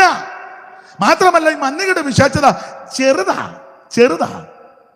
വലിയവനായ ദൈവം എന്നെയും നിങ്ങളെ രക്ഷിപ്പാൻ ചെറുതായി ഒരു കന്യകയുടെ ഉദരത്തിനുരുവായി. അതാ ചെറുത്. ഈ അണ്ടകടാകം, അന്തം വിട്ടു പോകുന്ന അണ്ടകടാകം, നക്ഷത്രങ്ങളൊക്കെ കോടിക്കണക്കിന് വാരി വെതറിയിട്ട് കൂട്ടിമുട്ടാതെ കൃത്യത്തിൽ നിന്ന് കറങ്ങുക. ഇവിടെ 2 വിശ്വാസി മുട്ടിയ അന്നേരം ഇടിയ. കോടിക്കണക്കിന് നക്ഷത്രങ്ങളെ ഭാര്യ അങ്ങ് വെതറിയിട്ട് മഞ്ഞ് ഒന്നൊന്നിനോട് മുട്ടാതെ അങ്ങ് കൃത്യത. 9 കോടിയോടും 30 ലക്ഷം മൈൽ അമ്പരക്കുമാർ അകലത്തിലാണ് അസ്കരൻ. പ്രേക്ഷകരെണ്ണിട്ടുള്ള നക്ഷത്രം ആകമാനം സൂക്ഷ്മമായ 60 കോടി. പൂവിലും മടങ്ങഴും ഭാഗവൻ ബൃഹസ്പതി. 8 ചന്ദ്രന്മാരോടും 12 ലക്ഷാധികം. അർക്കനൻ നേരിഷ്ടമം 5 ലക്ഷം കോടികൾ ദൂരവേ ചരിക്കുന്ന ഭൂഗോളം. ഇതിൻ വ്യാസം സഹസ്രാഷ്ടകം മൈൽ. ആകവേ 28,000 പരിണാകം. ഇതൊക്കെ ചിന്തിച്ച അസുഖം ഉണ്ടാകുമെന്ന്. അങ്ങനെയുള്ള അണ്ടകടാകം ഇതിനെ നിർമ്മിച്ച വലിയവനായ ദൈവം എന്നെയും നിങ്ങളെ രക്ഷിപ്പാൻ ചെറുതായി ഒരു കന്യകയുടെ ഉദരത്തിൽ. അതായി മന്ന, യേശുവിന്റെ ആ എളിമ. 3, ഈ മന്നയുടെ വിശേഷത. ഇത് ഞാൻ എപ്പോഴും പറയും, മന്ന ഉരുണ്ടിരിക്കുക. അതിനാ എവിടെ വെച്ച് നോക്കിയാലും മന്നയ്ക്ക് മൊനയില്ല. മന്നയ്ക്ക് മൊനയൊന്നുമില്ല. മേളിൽ നിന്ന് താഴോട്ട് നോക്കിയാലും മന്നയ്ക്ക് മൊനയില്ല. താഴെ നിന്ന് മേളിലോട്ട് നോക്കിയാലും മന്നയ്ക്ക് മൊനയില്ല. സൈഡിൽ നിന്ന് നോക്കിയാലും മന്നയ്ക്ക് മൊനയില്ല. ഉരുണ്ടതല്ലേ. ഞാൻ എപ്പോഴും പറയുന്ന, നിങ്ങളും കേട്ടുള്ള, പണ്ട് സായിപ്പ് നമ്മുടെ നാട്ടിൽ വന്നപ്പോൾ അമ്മച്ചി കൊഴുക്കട്ട കൊടുത്തു. അപ്പൊ സായിപ്പ് വിശന്നിരിക്കുക, കൊഴുക്കട്ട എന്തേലും ആട്ടെ. സായിപ്പ് കൊഴുക്കട്ട എടുത്ത് ഉടച്ചപ്പോൾ അതിനകത്ത് ചക്കരയും തേങ്ങായി. പരിഭാഷയ്ക്കുന്നവനെ വിളിച്ചു പറഞ്ഞു, ഇതെന്ത് വന്നു? അവൻ പറഞ്ഞു, ചക്കരയും തേങ്ങായി. ഇതിനകത്തുള്ളതാണ്. അല്ലല്ലോ, ഇതിനകത്ത് വെച്ചതാണെന്ന് പറഞ്ഞു. സായിപ്പ് ചോദിച്ചു, ഇതിനകത്ത് വെച്ചു. ഇംഗ്ലീഷിലാ ചോദിക്കുന്നത്. എനിക്ക് ഇംഗ്ലീഷ് അറിയത്തില്ല, അതുകൊണ്ട് ഞാനങ്ങ് പറഞ്ഞത് അതുപോലെ. അപ്പോൾ പരിഭാഷക്കാരോട് ചോദിച്ചു, തേങ്ങ അപ്പോൾ കോക്കനട്ട് തെങ്ങ കിടക്കുന്ന കാണിച്ചാണ്ടാത്ത അത് അല്ലേ ഞാൻ. ചക്കര ഉണ്ട കൊണ്ട് കാണിച്ചു. അപ്പൊ സായിപ്പ് ചോദിച്ചു, ഇത് രണ്ടും കൂടി ഇതിനകത്ത് വെച്ചതാണ്. സായിപ്പ് ഓർത്ത് ഇതിനകത്ത് ഇങ്ങനെ ഉള്ളതാണ്. നമ്മൾ ആപ്പിളുമൊക്കെ അല്ലെ ഓറഞ്ചുമൊക്കെ പൊളിക്കുമ്പം അതിനകത്ത് ഇരിക്കുകയല്ലേ അത്. സായിപ്പ് ഓർത്ത് ഇതിനകത്തുള്ളതാ ചക്കര. അപ്പം ഉള്ളതല്ല, വെച്ചതാ. അപ്പൊ സായിപ്പ് കൊടുക്കട്ടെ ഇഷ്ടം പോലെ. സായിപ്പ് മറ്റേ കൊടുക്കട്ടെ ഇതിനകത്ത് കൊണ്ടുവന്ന് ചോദിച്ചു. അപ്പൊ പരിഭാഷക്ക് പറഞ്ഞ അതിനകത്ത് എല്ലാത്തിനകത്ത് ഉണ്ടെന്ന് പറഞ്ഞു. അപ്പൊ സായിപ്പ് ഒരു കൊടുക്കട്ട് എടുത്ത് നോക്കി. ഇതാരാ ഇത് ഉണ്ടാക്കിയത്? ഇതിന് ടെക്നീഷ്യൻ. ചട്ടയും മുണ്ടെടുത്തൊരു അമ്മ പേടിച്ച അമ്മച്ചിയെ സായിപ്പ് വിളിക്കുന്നുണ്ട്. തള്ള വിറച്ചു പോയി. സായിപ്പന്മാരുടെ കാലം തോക്കുമൊക്കെ ഉള്ള കാലമാണ്. തള്ള പേടിച്ച് വന്ന് നിന്നപ്പോൾ സായിപ്പ് ചോദിച്ചു, ഈ കൊഴുക്കട്ടയ്ക്കകത്ത് തേങ്ങയും ചക്കരയും എങ്ങനെ കയറ്റിയെന്ന് ചോദിച്ചു. സായിപ്പ് കൊഴുക്കട്ട എടുത്ത് നോക്കിയിട്ട് ഒരു വിടവും കാണുന്നില്ല ഇതിനകത്ത് കുത്തിക്കയറ്റാൻ.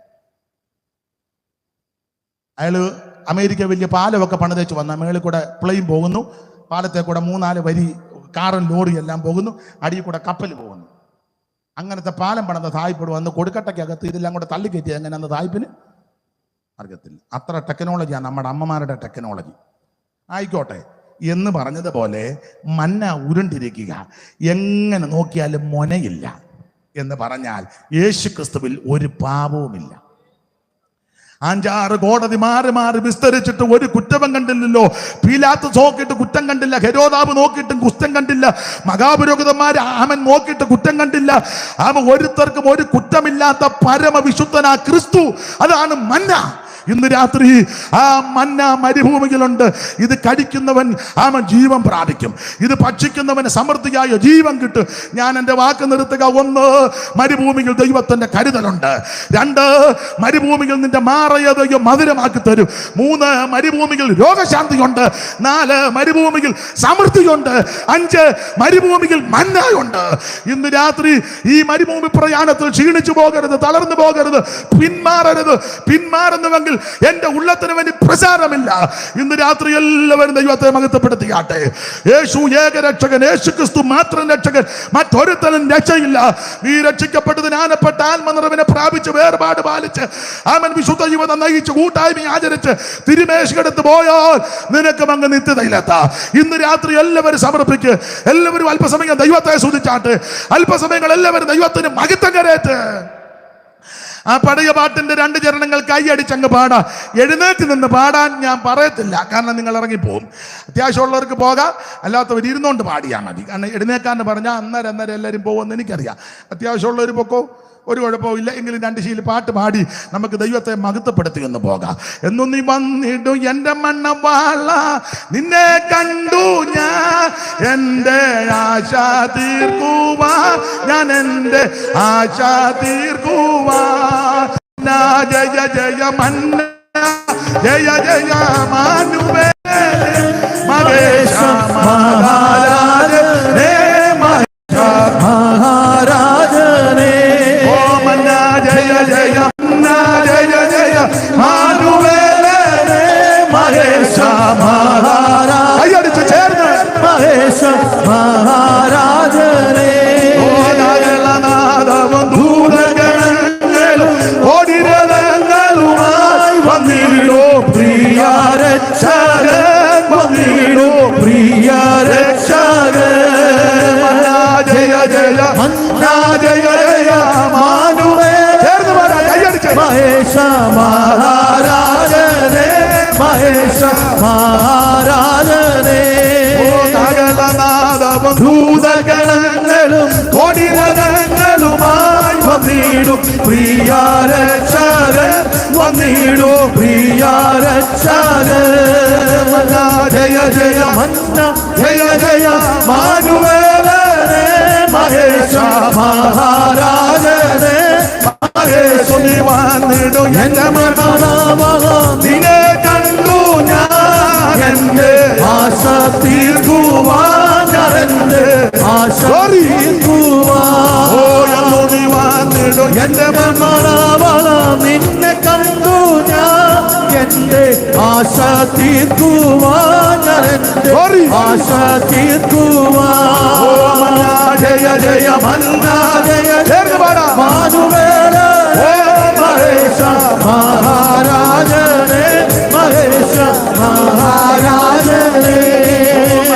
ജയ ജയ മന്ന, ജയ ജയ മാനുവേല, മഹേശ മഹാരാജനേ, മഹാരാജനേ. സകലനാദവും ദൂതഗണങ്ങളും കൊടിരഥങ്ങളുമായി വന്നിടോ പ്രിയ രക്ഷകൻ, വന്നിടോ പ്രിയ രക്ഷകൻ.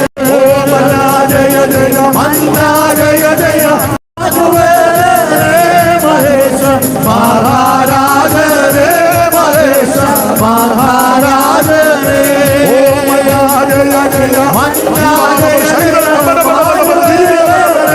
മഹേശ മഹാരാജനേ, മഹേശ മഹാരാജനേ. കരമുയർത്തി ഹല്ലേലൂയ പാടാം. ഒരിക്കൽ കൂടി ഹല്ലേലൂയ പാടാം. ദയവായി 2 മിനിറ്റ് ഒന്ന് എഴുന്നേറ്റ് നിന്നാട്ടെ. 2 മിനിറ്റ് എല്ലാവരും ദയവായി ആ കരങ്ങൾ ഉയർത്തി 2 ശീലൂടെ പാടാ. ഇന്നും എന്നേക്കും വേർപിരിയാതെ ക്രിസ്തുവിൻ കൂടെ പാർക്കും നമ്മളെല്ലാം. ഇന്നും എന്നേക്കും ചേർന്ന് ഓ ക്രിസ്തുവിൻ കൂടെ പാർക്കും നമ്മളെല്ലാം. ജനമേ, യഹോവ നിങ്ങളെ അനുഗ്രഹിച്ച് കാക്കുമാറാകട്ടെ. യഹോവ